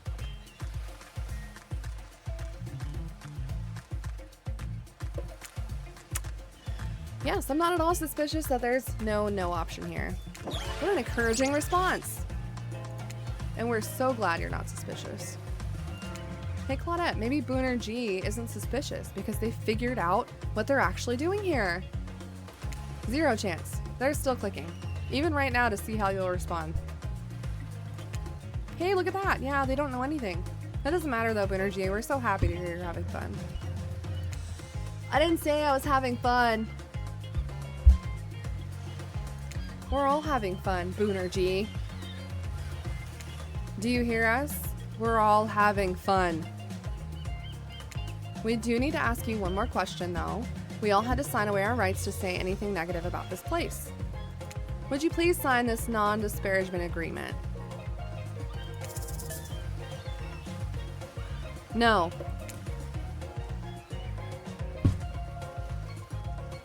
No, I will not say anything negative about this island. You have my word that I, Booner G, agree with the terms of this verbal contract. Perfect. Delightful. Excellent. Yes. Yes. Hey, Booner G, it's still totally cool if you have constructive feedback. Place to leave that isn't a positive review because we all know that nobody reads negative reviews of games or resorts like this. Anyway, I see Dwight and Claudette have gone into a trance, and with the grumbling I hear from your belly, that can only mean one thing. Breakfast. Is it people? Perfect timing. Everyone rolls into the dining area to lard up those sexy little bellies with pancakes and bacon. And so much for maintaining these beach bods. We're all half naked in a tropical paradise. Can we get some strawberries here? A yogurt? Magic powers will only get you so far. Even killers watch their sodium intake. You take your plate and sit down, thinking about yesterday and the whirlwind of feelings you experienced. Danger, dread, disorientation. It was like going through puberty again, except all in one day on a beautiful and mysterious island.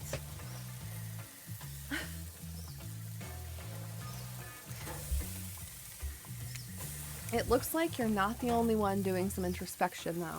Trapper stands up to talk about how his day went, in case anyone was wondering. Literally no one cares, bro. Same. Personally, I wasn't. I can't imagine you could make me any angrier today than you did yesterday. But I really hope you do. I really, really hope you do. Unrelated. Anyone see where I left my cleaver? Bro is always angry. Just kidding. I always know where my cleaver is. Well, that was bizarre. Back to your breakfast. Nope. Now Huntress steps up to talk about her feelings. At this point, anything could happen. I'm open to all the possibilities that this strange island has in store. Bro, you live here. What do you mean? How open-minded? Oh, well, that surely must be it. No one else would weirdly stand up during breakfast to... And just like that, here comes Spirit. Did everyone sleep well? I did, or should I say did not. I haven't slept in 20 years on account of the whole burning quest for familial revenge thing. And last night was no different. So in that case, it was exactly how it should be. Got a lot of reading done, though. Now, if you don't mind, I'm going to go back to quietly resenting being trapped here with you all, while looking cute doing so. Guessing Wraith has had enough time to work up the courage to speak in front of a group. Ah, perfect. There he is. Take us home, Wraith. That's my boy. Oh, hey, that was fun yesterday, huh? Yeah, I mean, not like too much fun, that would be weird, but like a good amount of fun. And now they're all looking at you expectantly. Wait, are you supposed to stand up and explain how yesterday made you feel? I think I need to process everything by myself. I'll see you all soon. Damn, what a power play. Keep them wanting more. You're getting good at this game. Or, sexy true-to-life experience. Shame you didn't get to eat any breakfast, but so be it. But I'm gonna pass out again. And weird shit's gonna happen. It's like Epstein Island here. After breakfast, you head to the hot tub by yourself to clear your head. Yesterday was, in short, a lot. Before you get there, though, something catches your attention. You hear that? Who are you addressing? Me? Yeah, no one else here. Well, yeah, I guess. That is okay, right? You know, I might be pursuing a relationship with one of these 4 fine killers, but it feels like the person I'm getting to know the most is you, narrator. It's only okay in so much as it serves to illustrate that you've lost your mind, seeing how I'm not real at all. Yeah, I heard it this time. I think it's coming from behind the pool shed. Hey, yo. Someone getting freaky back there? No, stick it in there. A little more, a little more. Oh yeah, that's it, yes. How does that feel? Intense. Nice. Yeah, that feels right. This is uncomfortable. Now I want you to take that and put it right. Yeah, you know what I'm talking about. Just like that? Exactly like that. I swear I had no idea these two even do whatever it is they're doing. I'm afraid to look. Yeah, I really don't want to know either. We can just move along. Please say something so they know you're close by and can hear everything. Oh wow! Look at this super cool bottle of Trickster brand suntan lotion someone left on a chair. Anyone know where I can buy some? Damn it! Aw, come on. A little privacy, please. Dwight is panting and Claudette has a crazed look in her eyes. Sorry, I didn't know how else to let you know I was here, and then I could hear you. Well, you know. Ew! Getting freaky deaky behind the shed. No, what? What do you think we were doing? You were doing, I don't know exactly what you were doing, but it sounded like fun. You think two people trying to find new ways to kill each other in a desperate search to make their own death permanent is fun? Could be. Could be. Oops. We get 5 minutes to ourselves every day, and we spend it hoping if we stab each other in just the right spot, we won't get resurrected.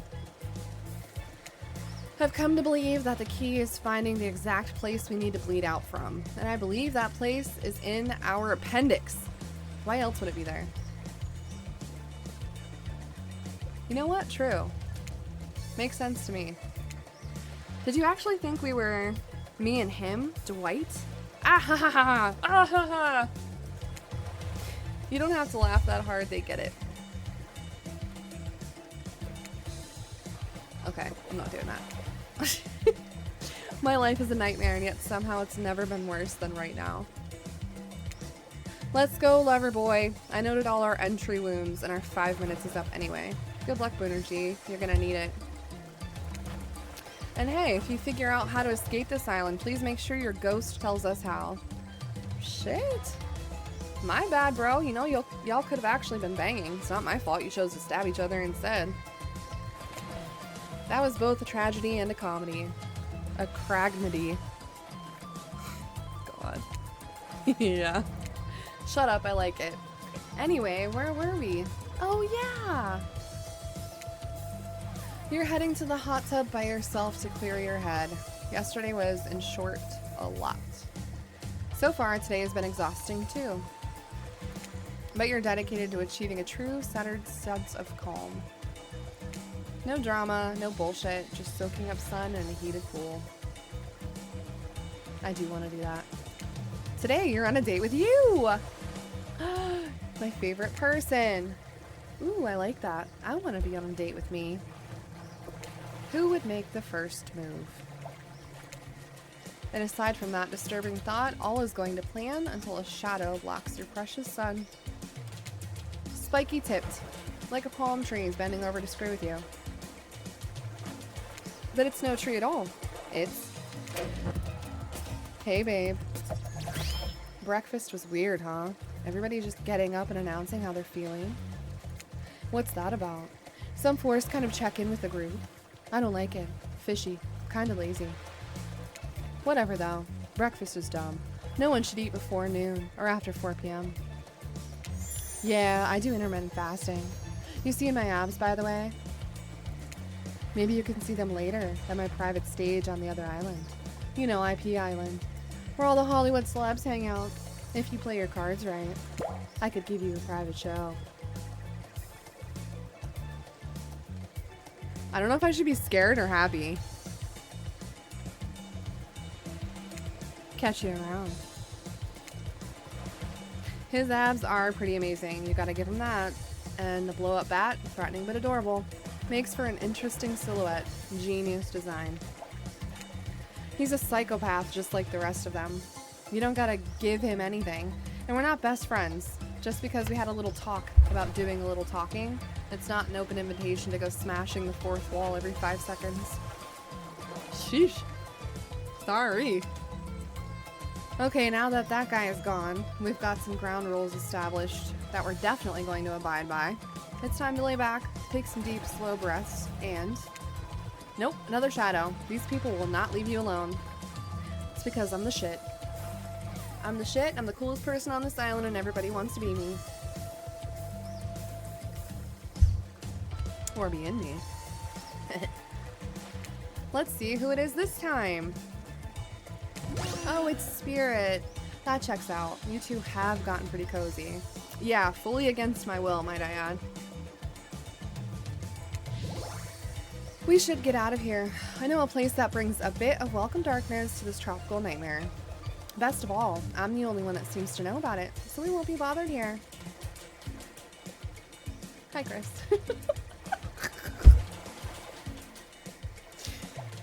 This is awkward. I'm playing the Dead by Daylight, like dating game.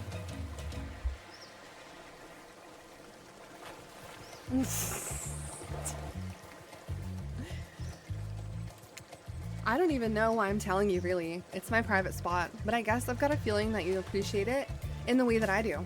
Not like these other killers. They don't get me. But I'll get them. Oh, I'll get them all. And I'll get my father, too. And I'll punish him for what he did to my mother and me. She's angry. Spirit radiates a menacing aura, waving her sword around in the air as she threatens while the entire universe. It's scary, and more than a little hot if you get turned on by menacing.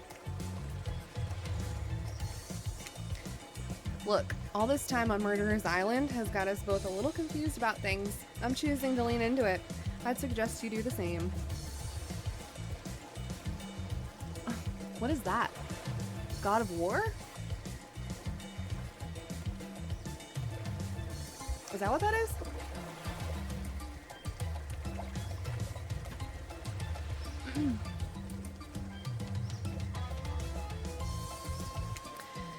You've seen her get mad, which is probably enough to scare you into compliance, but you've also seen that there's a more sensitive side hiding within her. Which one do you think will win out? I don't really care, because I don't want to date Spirit. Yeah, God of War we played 2018 and just finished Ragnarok tonight. Nice. Did you like it?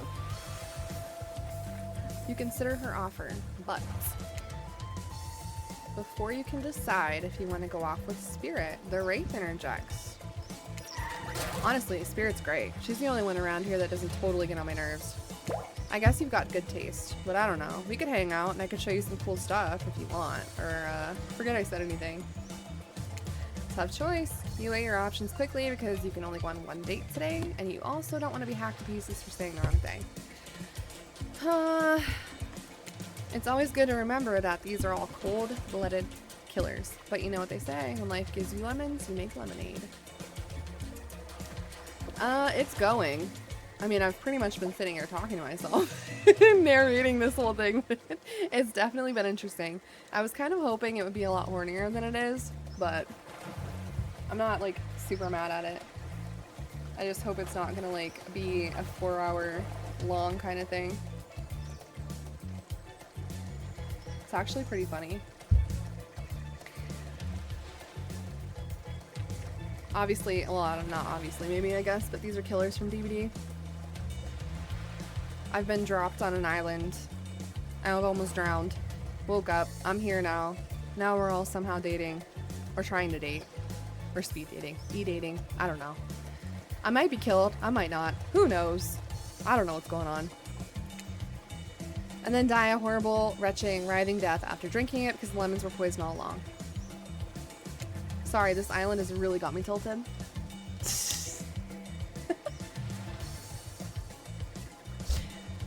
Okay, so far, yeah. So far I'm digging Wraith. I'm liking Wraith. I hate Trapper. Spirit's annoying. And Huntress is like, eh. That's where we're at so far. Oh, and then there's Trickster, who's obviously hot, but like dumb as shit. Obviously. I'm picking Wraith. Sorry, Spirit. You like my name? Booner G.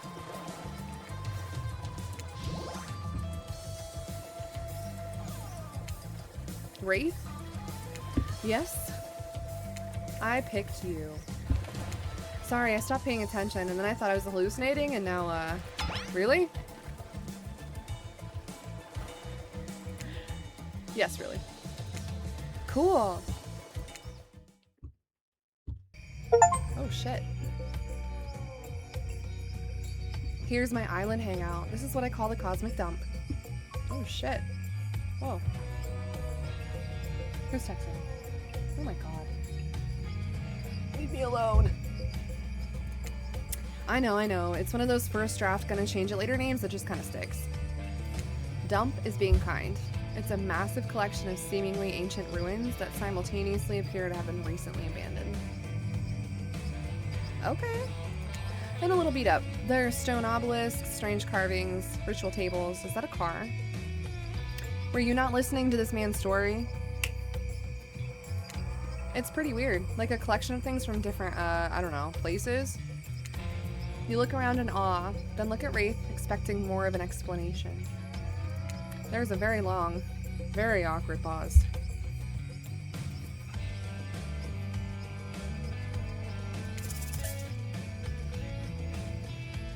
Break the silence or try and look cute? You already know. I don't gotta try, but like, we're gonna try and look cute. You dig your toe into the dirt, trying to be cute. Feet mentioned. Wraith is too busy averting his eyes and dying inside the notice. Oh. Alright, you're going to vibrate. You did it now. Now you're grounded. And after what seems like an eternity, Wraith finally manages an entire sentence. So, what brings you to the island? I have no idea. You're not gonna explain what this weird place is, or you?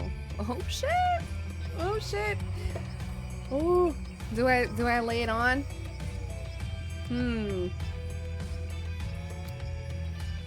Honesty. Answer the question.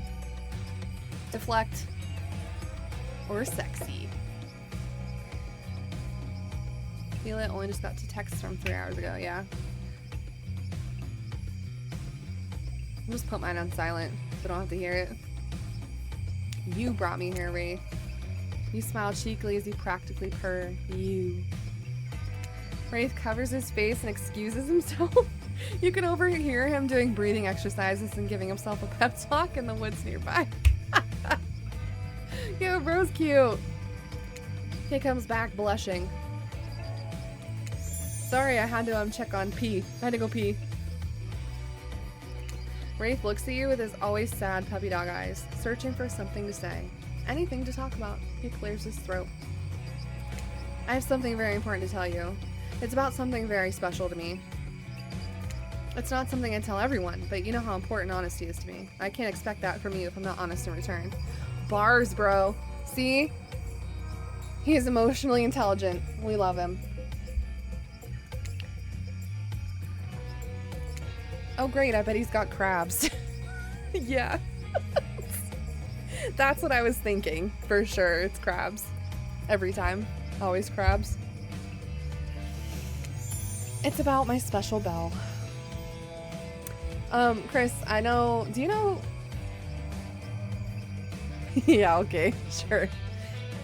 You've watched us play. You know when, like, you know who the Wraith is? It's the Bing Bong guy. He can, like, go invisible. He's Bing Bong. Bing Bong. What? It belonged to my father. He gave it to me before he and my mother, well, they had to go away. Okay, well, so nothing. You know nothing. Fair enough. If I was ever in danger, I was supposed to ring this bell. It didn't really work, but it's all I have of my family with me. Wow, Wraith, thank you for telling me. Wraith pulls it out! Whoa! Guys, it's out! Man the deck. He pulled it out. Oh shit!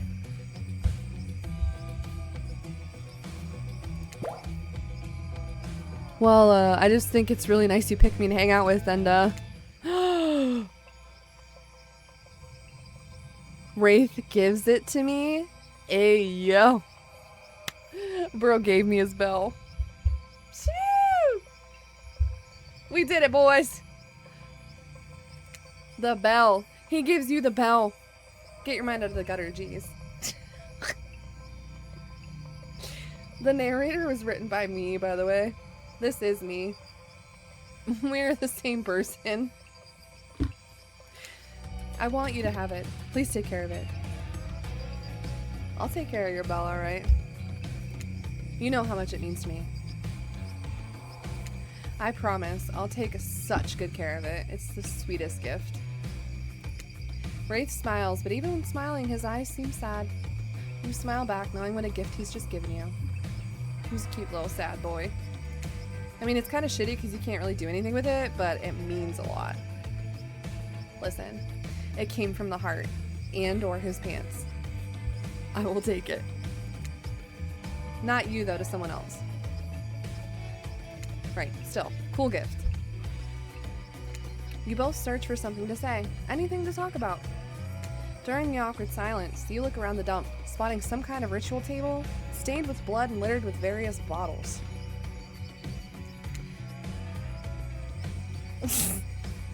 Nearby is what looks like some dangerous potions. What was this ancient cult up to? Get my scratcher out. An itch. Looking to shake up this date. Is this the date? Yikes. Anyways, looking to shake it up, you approach the potions and pick up the fanciest one. What? So what will we do next? Whoa! I don't know if I should be touching strange liquids. Ew. Pause. Pour out those potions. Mix those potions or drink that potion. Now to me, when I pick up a potion, and it already implies to me that it has been mixed because it's a potion. So we're not doing that one. I don't want to pour them out because what if they're good or what if I piss someone off? So I'm gonna drink it. Obviously. Freedom lies in being bold. You take the biggest bottle of the nastiest looking potion and gulp it down. It turns out that was not a great idea. Shocker. Or was it the best idea? That's right, it's me again. Well, I've got your attention. Let me simply remind you.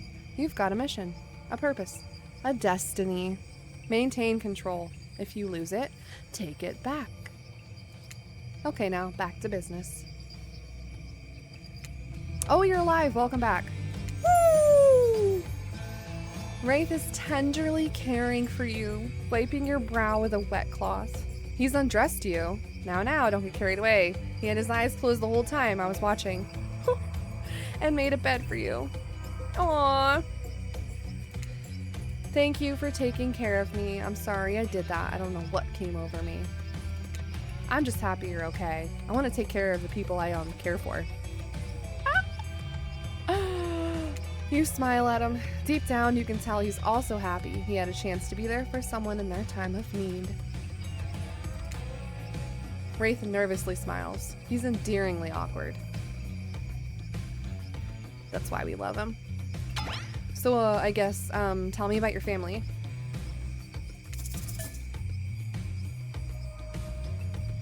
I have no family. I remember my parents. I remember my grandmother.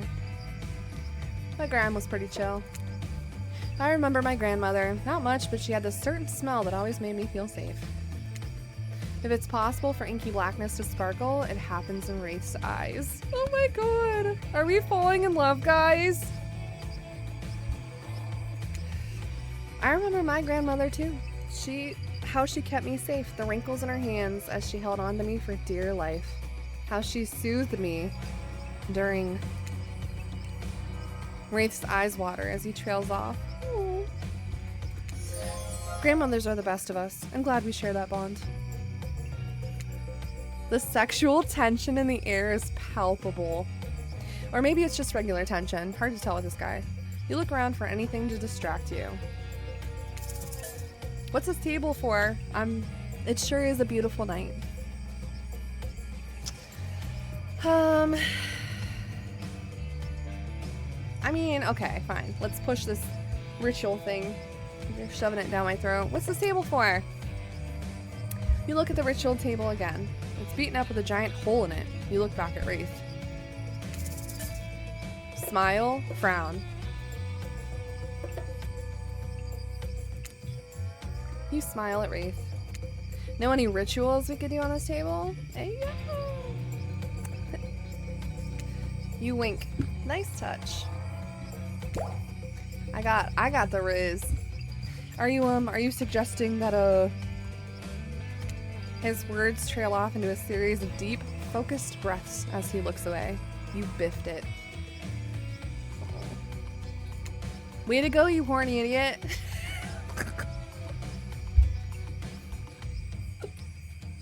I can't help it, he's cute. Wraith looks intently at the table. What's he thinking about? Probably something deep and philosophical. Intense. Sad. Something about the inherent nothingness. Wanna play cornhole? Hell yeah! Or that. The hole in the table makes a great target. Here, we can use these skulls I found laying around. Well, this is definitely a more fun date activity. It's easy. Just stand back and, you know, toss them into the hole. Don't worry if you miss, there are lots more skulls around. Toss that little skull. Let's go. Oh shit. Alright. Hey, I missed. Not bad. Hey, perfect. Oh my god. Oh! This is way too fast. Not bad.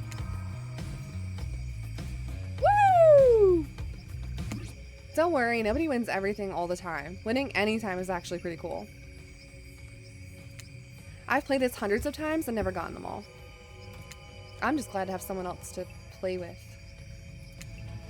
You feel like you're finally warming up Wraith, so you unleash the big guns.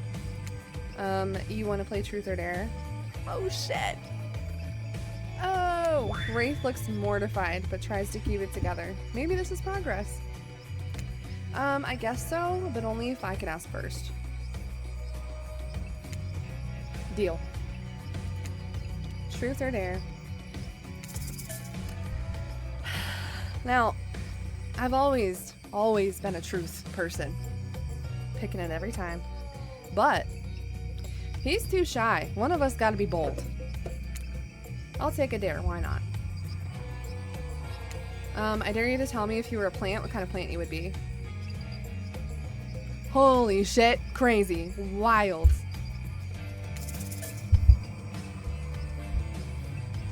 That's not a dare. Roll your eyes. Great question. We'll be nice. Great question. Wraith smiles. You're such a kiss ass. I really am, though. Cactus or rhododendron? A cactus, a true survivor. Prickly on the outside, but warm on the inside. See? What is this? Who spell checked this? You can be alone and thrive in any climate. Damn, good answer, Boonergy. Truth.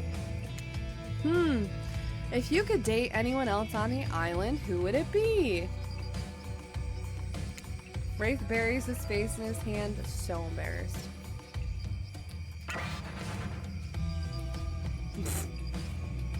What was that? He looks up at you, stone-faced. Oh, I feel like he's gonna kill me.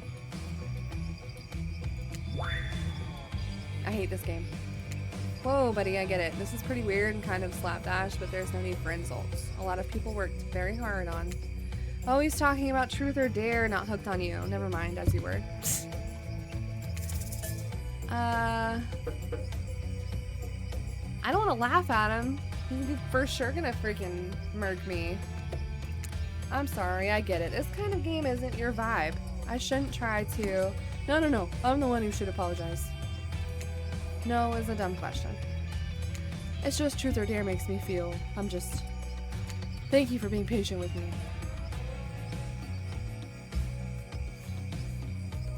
I need to try to be more open with people. Starting now. Wraith clears his throat. In that way, a lazy writer would make him do if they wanted to signify something important and different was coming up. Let's see if we're right. Do you have my bell? I want to show you something. Damn straight I got your bell. We were right. Take a drink? Is this not a drinking game? Damn, missed opportunity. Okay. Of course I have it. You reach for it. But it's gone. Wraith furrows his brow. Oh god. I swear I had it. I don't know what could have happened. We'll need to find it for... But Claudette and Dwight burst in and interrupt. Seems like they have a very dramatic announcement. We have a very dramatic announcement. See? Told you so. But it needs to take place at the beach. Bro, we were vibing here. You arrive at the beach, but something feels off. You can't quite put your finger on it, but you feel uneasy and cold. And here's why. Spirit appears as if from nowhere. Hey, Boonergy.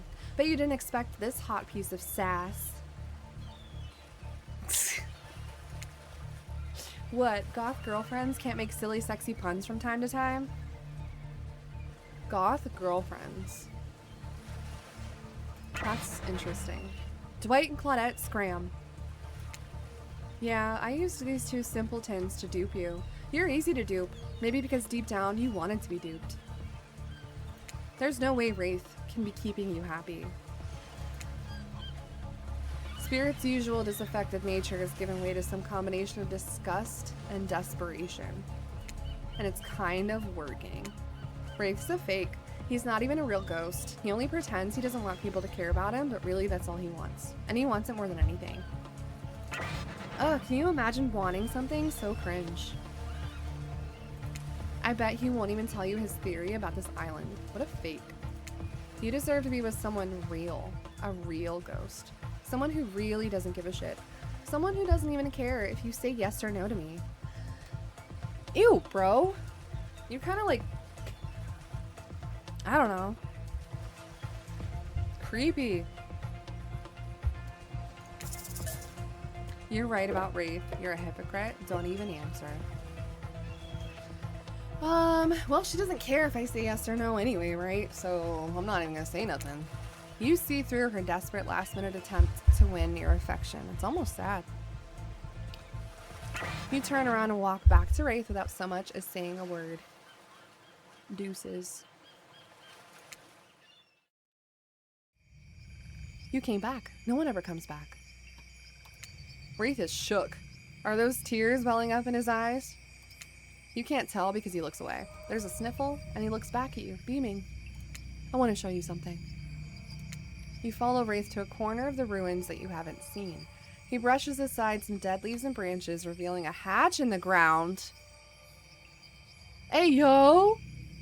Is bro giving me the hatch? Shut up. Ain't no way.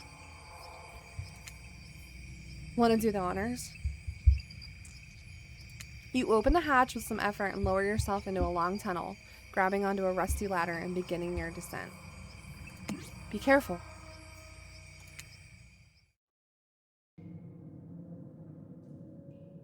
You descend into a spooky, dimly lit room. It looks like an ancient ritual chamber with torches, tapestries, engraved skulls, and animal remains. Yo, look, there's chains and shit. Ooh, we getting freaky. On one end is a set of intricately carved locks and cuff mechanisms on the wall. A torture area. Torture. On the other side is a table with potions, books, and maps. Look at the map, look at the book, or look at the wall. Girl, I'm looking at that wall. You walk over to the wall and examine the chains and locks. It looks like some kind of torture wall. Wow, what happened to people here? Did they keep prisoners? It looks like they were tortured, but from what I've been able to dig up, it was something more. Ritualistic, serving a larger purpose. I have reason to believe those prisoners weren't alive for long. Okay. I'll look at the book. You pick up one of the larger leather-bound books as Wraith walks over, opening to a specific page. You see incantations, symbols, a drawing of someone chained to the wall. A different language you can't read except for the words Cult of the Black Veil. Oh shit. Lore? Conveniently, those words are in exactly the language you can read. From everything I've found, I think these are the ruins of an ancient cult. They seem to be devoted to some type of sentient evil. I think they used this island. Maybe the person they worshipped did, and I think they used this ritual site to travel to and from the island. I think they sacrificed people on this torture wall in order to open some portal out of here. You unfurl one of the larger rolled up pieces of canvas, revealing a detailed map of the island. It's all here. Trapper's Cave, Spirit's Lighthouse, Huntress's Cabin, all the common areas. Even IP Island up in the corner with little hearts drawn around it. I figured out the layout of the entire island. I need to know what it is I'm trying to escape from. Bro, you are the killer. Why are you trying to escape? Where are you going?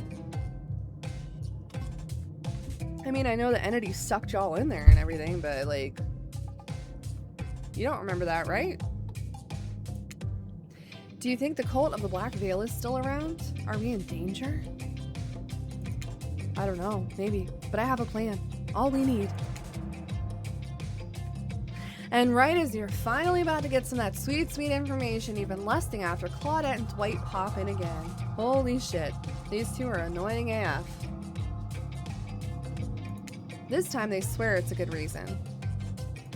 I promise we're not being manipulated this time. Honest. It's time for dinner, you silly gooses. Come get some food. Dwight, for the last time, the plural of goose is geese. Sorry, I keep forgetting. Bro, I was about to escape. What a fun day you've been having. I can see it written all over your face. You're shining. And that's not just the remaining anxious sweat from spending an afternoon courting a psycho killer. Thanks. No. You are really feeling this whole romantic experience. Don't worry, I'll keep your dirty little secrets. Girl, it ain't a secret. But enough gentle ribbing. It's time to get back to business. All the appetizing singles have arrived for dinner, including Trickster. Woo! Wraith is here too. We're not going to do the gag where we cram them all on screen at the same time again, so just believe me. They're all here, and they're just as sexy and demented as you remember them. With your love on the line, everyone is being very careful not to offend you by saying the wrong thing. Damn right. Congrats, by the way, on getting this far. I'm as surprised as you are that these four are falling for you. No, not because of your personality, but because you just met them yesterday. We move fast around here. We know what we want and when we want it. However, since Trapper seems like the biggest long shot to end up holding onto your heart, he throws caution to the wind and speaks up. It's a pretty small consolation prize for being the least loved killer on Murderer's Island, but hey, letting them have this one moment in the spotlight is the least we can do, and heaven knows they won't do any better than that. Seriously. If I'm dining solo, I'm eating what I want, and you're all eating it too. Lamb shank, rare, salt, pepper, no sauces allowed, and serve it with one single piece of broccoli so Wraith won't complain. I like broccoli. Gives me horrible gas. Oh, I don't like that. Buddy, wait till you smell what rare lamb does to my bowels. It's awesome.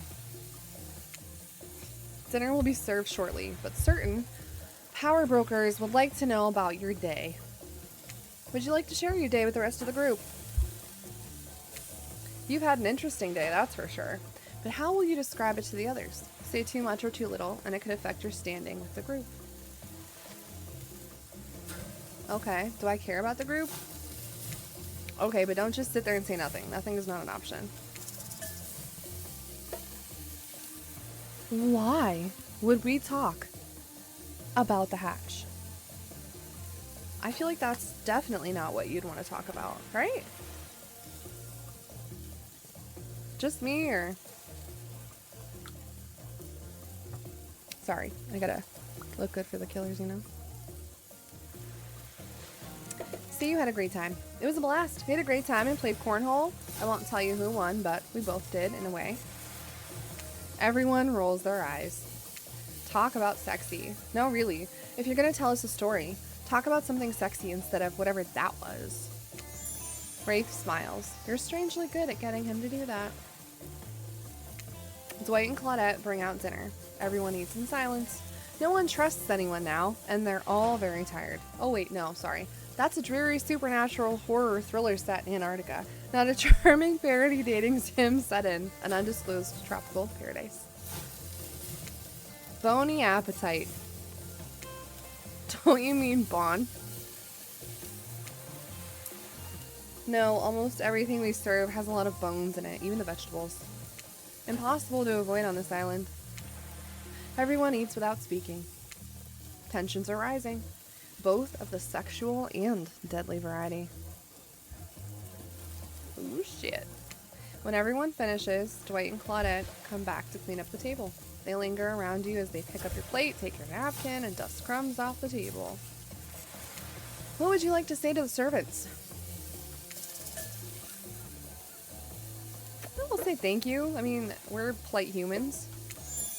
Your top-notch service is much appreciated. Everyone, if you would please be so kind as to follow us to the fire pit, we'd greatly appreciate it. We've been told something big is going to happen, something that will change everything. You can go willingly or you can go unwillingly. You have no choice. Tough cookies. Did you have a choice on how you said that, dweeb? Yes, and I immediately regret how I did. Good. Something needs to change around here. Fire is rebirth. Fire illuminates the soul. I hope the fire isn't too smoky. Smoke hurts my eyes. I have pretty sensitive eyes. I'm also horribly afraid of it. The fire, I mean, not my eyes. Because of childhood trauma involving fire.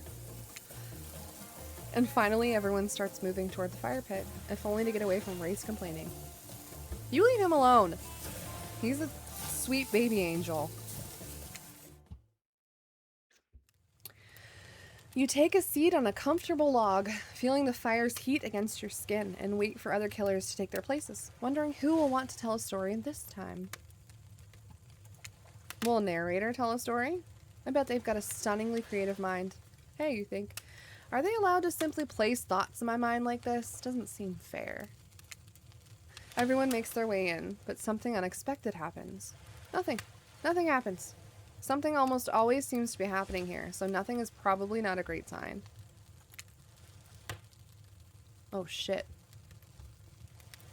Oh, cool. Now everyone is looking at you. Hi? Huh. So, you know, do something. Should I pick someone to tell a story, or we could play charades? Boggle? Well, we were actually thinking, why don't you tell us a story? Wraith points his spine and skull staff thingamajig at you. You duck out of its way. Who knows what that thing can do? Probably shoots lasers. Try not to bore us. We're just very interested in you. Don't speak for me, Huntress. Now you can't tell if you're warm from the fire or if it's your nerves heating up. I know that the fire is right here, but maybe if we stop talking about it all the time, we can start to pretend it's not here and doesn't, you know, threaten to burn us all alive. He's not supposed to hear me. Get out of here, Wraith. Boonergy is about to make an important decision about telling a story or not. Fine. I'll tell a story. Sure. I'm game to tell a story. I hope it's a mystery. Okay. So what type of story do you want to tell? Well, we are here for one thing. And one thing only. I'll tell a romantic story. About two lovers who take poison together and die foaming at the mouth. Yeah. Or about two strong hunters who meet when they both try to bludgeon the same wily wolverine. Not quite. It's about my parents. They met at a party in college. He was hosting. She'd been dragged there by some friends. They couldn't have been more different. And yet, as the night went on, they were drawn to each other. She made fun of his taste in music, and he took an interest in her major, women's studies. They were married within 2 months. Bet soon to know if you can trust someone, don't you think? It's so sweet. Exactly. I learned a lot about love from them. If you know, you know. Some people don't need years to get acquainted with their partner. Love could spark from a mere look across a campfire. Now you've got their attention. Each killer is furiously attempting to catch your eye from across the fire pit. Except for Trickster, who has wandered over to the bar and is loudly playing his own music on headphones to drown you out. Yeah. Bro really does give that energy. Okay, that was not a very good story. I don't mean to insult you, but it was actually quite bad.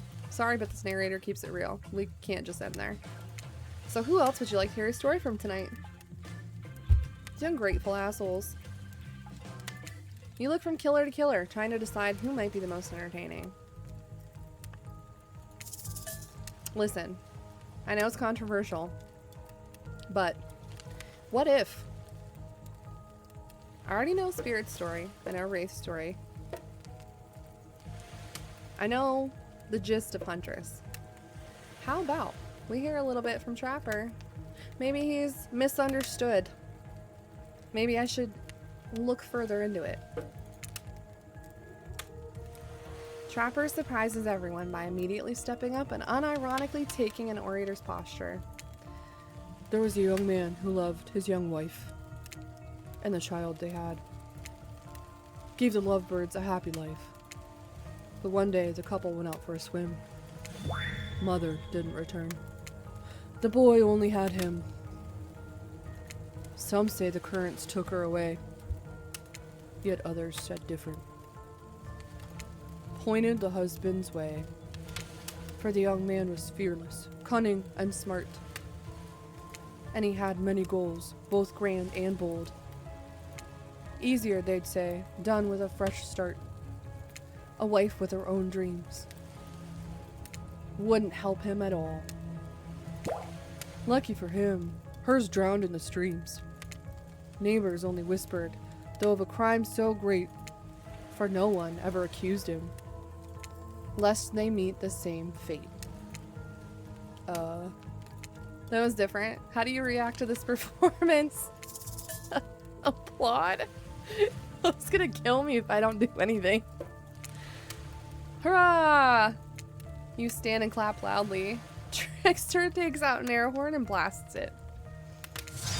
Quiet! Oh shit. Oh, ain't no way I die to this jerk after I let him speak. Trapper is disgusted by your display of joy.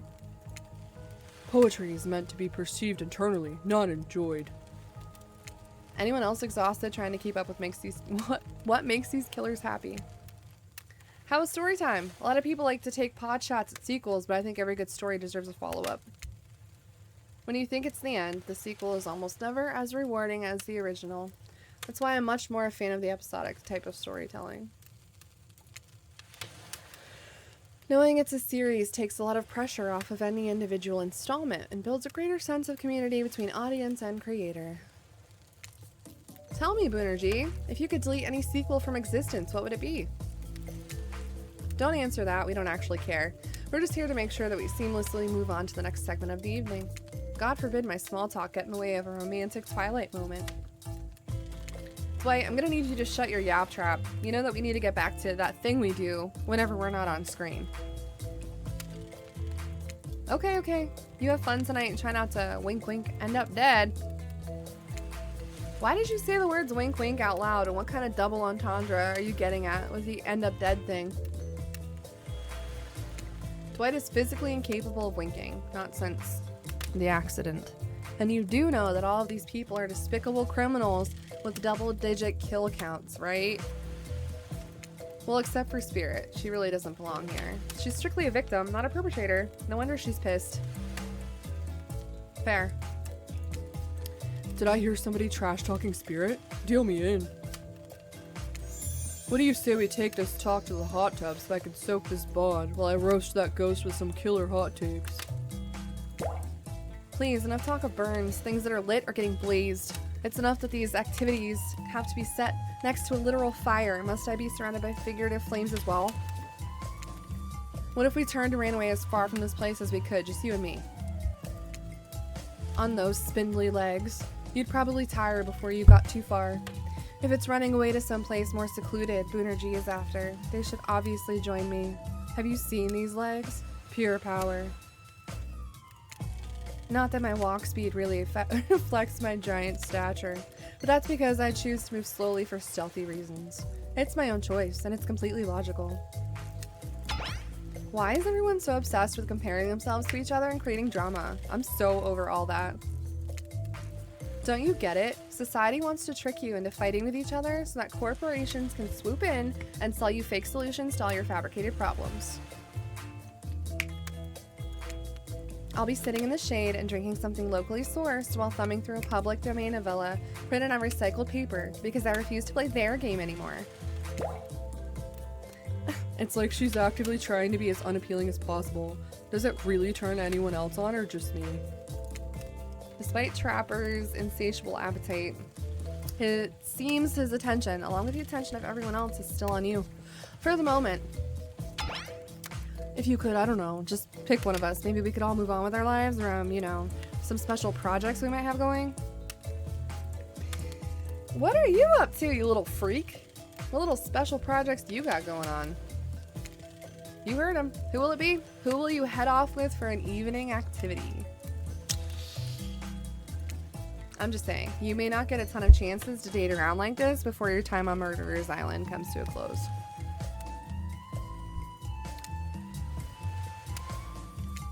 And no, I'm not satisfied with that name either, but with a streaming reality TV dating show boom happening, it's pretty much all that wasn't taken. So true.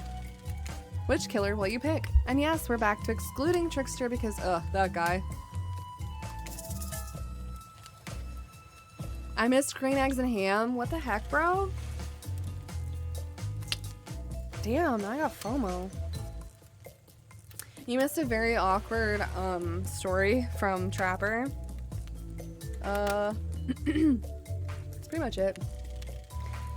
We're deciding who I'm gonna go off with for the night.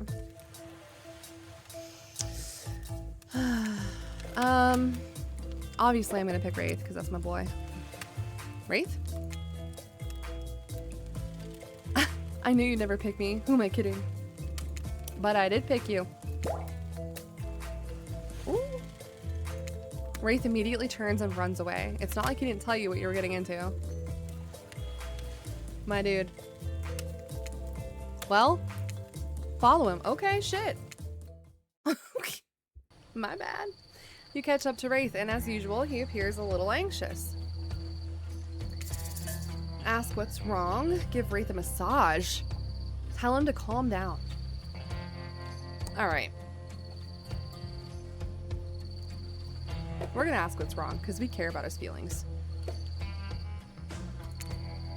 Hey, you seem a little off. What's wrong? Wraith stops and tries not to look at you. After a moment, he relaxes. You can tell, huh? You must be getting to know me pretty well. There's that big sigh again. Sorry, sometimes I get two in my head. You nod understandingly. Well, maybe there's some way we can get you out of there. Suggest throwing a frisbee. Suggest getting down and dirty in the sand. Yo. Listen. As much as I would like to pick the getting down and dirty in the sand, he doesn't strike me as the type that, would be down to get down and dirty. I don't want to scare him away. I gotta survive. This man showed me a hatch and everything.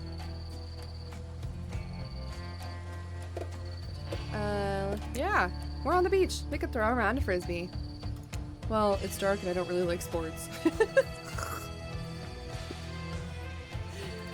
It's like you know nothing about him. Disappointing, Boonergy. That's what I get for trying to respect this man. You know what? Fine. But who knows? Maybe it will work. Wraith grabs the frisbee, looks at it like it's a moon rock or something, and tosses an absolute bullet right at you. You're so shocked at how absolutely sick that throw was, bro. This dude can really handle. In fact, you're so shocked, you duck out of the way of the incoming disc instead of catching it. I thought you weren't good at this. Oh well, it's really just the Bernoulli principle, the gyroscopic inertia of the spinning discs. He talks at you for about 5 minutes before running out of steam and realizing you haven't walked off like any normal sane person would have. Want to throw the frisbee back? I guess so. Suddenly nervous, you clutch the frisbee in more or less the same way Wraith just taught you about. You aim and fire. It wobbles a little bit and sails away from Wraith before catching the breeze and sailing perfectly into his outstretched hand. Look at that. It's almost like it was meant to be. Uh-oh. Wraith starts to tremble. Now what? Bro. Crush. No, never again. Can't crush. Oh. It's got PTSD.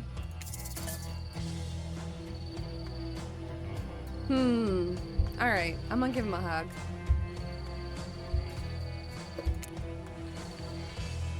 You envelop him in a wordless hug. Sometimes silence is the best thing, you know? I wish Trapper understood that. Yeah, me too. Wraith eventually calms down, still looking away. Thank you. Sorry, You don't need to apologize or explain. Wraith turns to you, smiling sheepishly. Wow, this day went by so fast, but guess it's over. I don't understand. Why is it? You strange, beautiful weirdo. Lord. He really is a weirdo. The gang's all together again on the volleyball court. It seems like only yesterday you were sitting on the sidelines watching everyone get sweaty. Ay. That's because it was? Boy, feels like I've been here a lot longer than that, actually. It's so late that the sun is already beginning to rise. Better get this over with quickly so that you can get some beauty rest. I do not recommend the eternal damnation of perpetual narratordom. Yeah. Good thing you've never... What? Good thing you've really used your time well since then. I've been reading this for almost 3 hours. Words are starting to not make sense.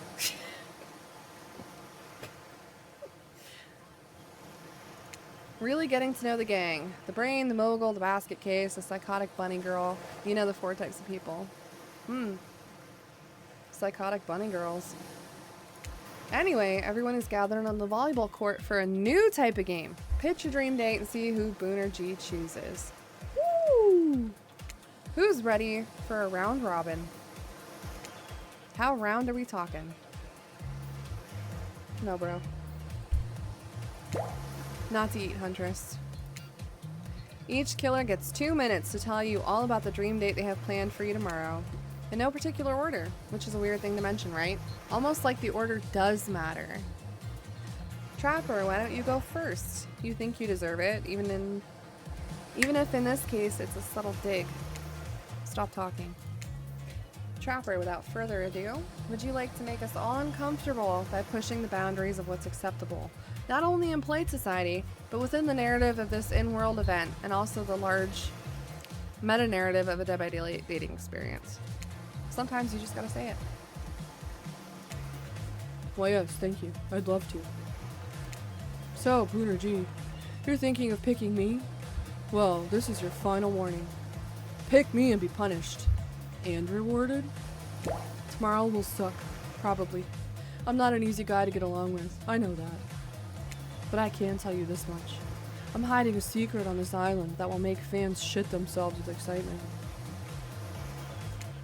If you like Trapper, you're gonna love it. And if not, you're a maggot.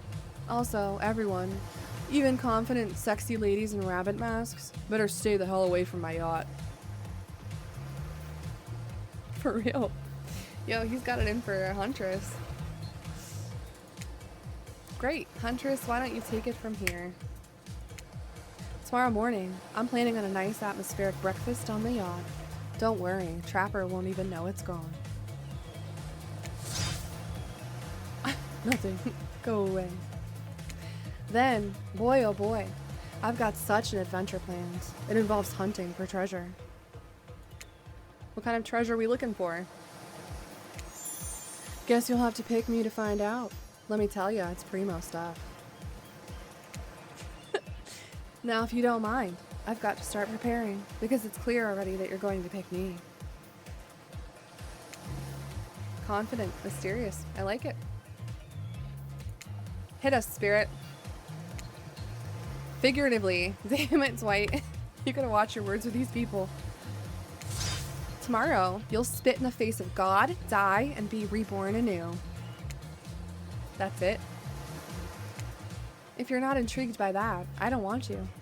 Go draw crayon art with Trapper, or dig up whatever mysteries with Wraith. I don't know what those guys do all day. Do you want to at least specify which god you'll be spitting in the face of? All of them.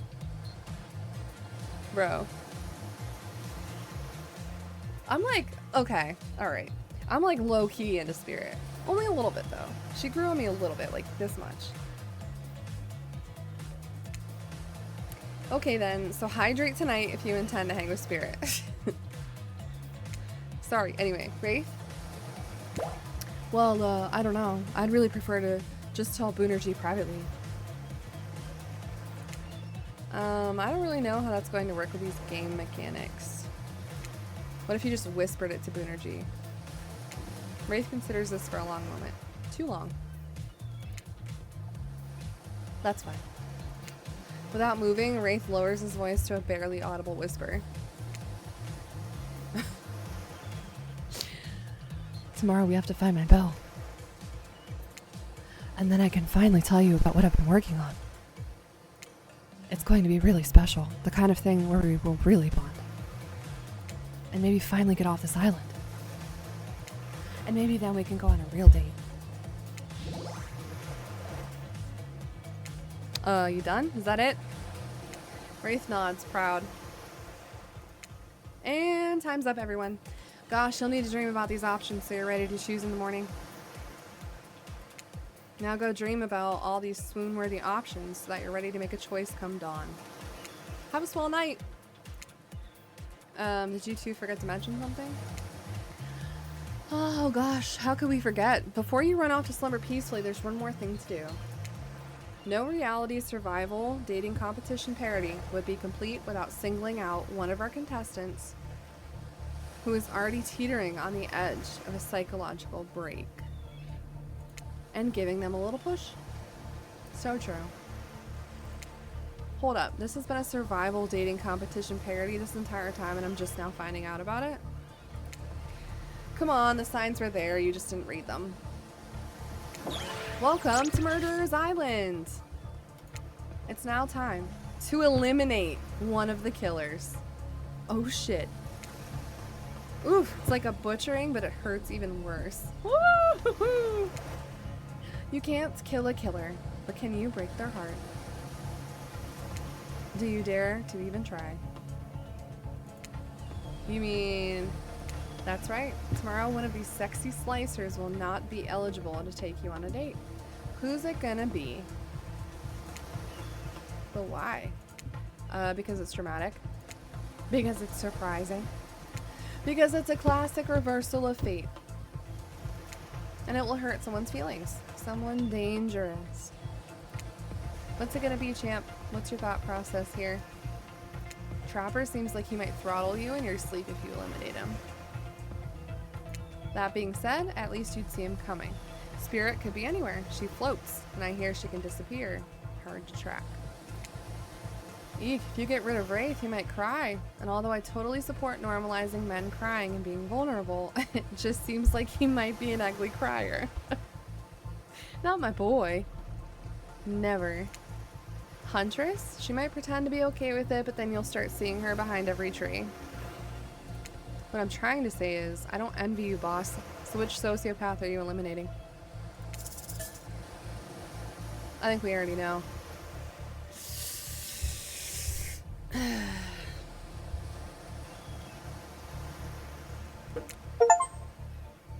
This was very simple. Trapper, you scare the living shit out of me. You are eliminated. That's fair. Honestly though, I don't care. You suck. But not in a good way. You bore me, your personality free maggot. It wouldn't even be fun to kill you. Which I was totally going to do tomorrow the first chance I got. So really, this is a win-win for both of us. Still might kill you though. Out of principle for eliminating me. Sleep with both eyes open and have fun on your date tomorrow. Now that you've broken the heart of someone heartless, you should go get some shut-eye. And don't worry too much about the broken heart you've left behind. Because of course, they'll be receiving a consolation prize.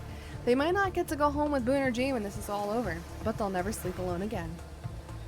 That's right, we're sending our eliminated player home with... oh shit! Their own mostly new Trickster body pillow. The next best thing to the real Trickster. It might not hug you back, but it definitely won't try and stab you. And how do we know? Because I've tried it. That's right, it's Dwight tested. You would, Dwight. Claudette approved. I hope you sleep well tonight, Booner G. You're my hero for what you've accomplished. How can you sleep tonight, knowing what you've done? No, not because of the guilt. I mean, knowing that there's a legit homicidal maniac who hates you so close by. How can you sleep tonight, knowing what you'll do tomorrow? I don't know how you'll do it, but you better go before Dwight and Claudette come back and put you to sleep themselves. You know those two. Schedule, schedule, schedule.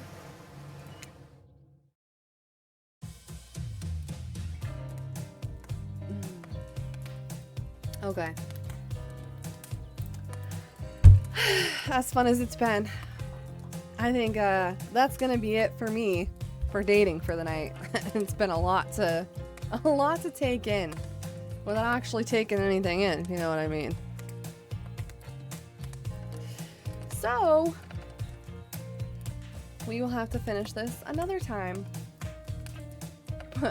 Possibly. We'll see. Is this gonna save here? Please God. Save. Yes. Good. We did it. Alright, so we're getting somewhere. We're romancing. We're flirting. We're surviving. We're thriving. We're doing all the things. Alright. Thanks for coming to hang out, man. This game sure has been something. I wasn't sure what to expect, but it's interesting. Alright. Have a good night. Thanks for popping by. See ya!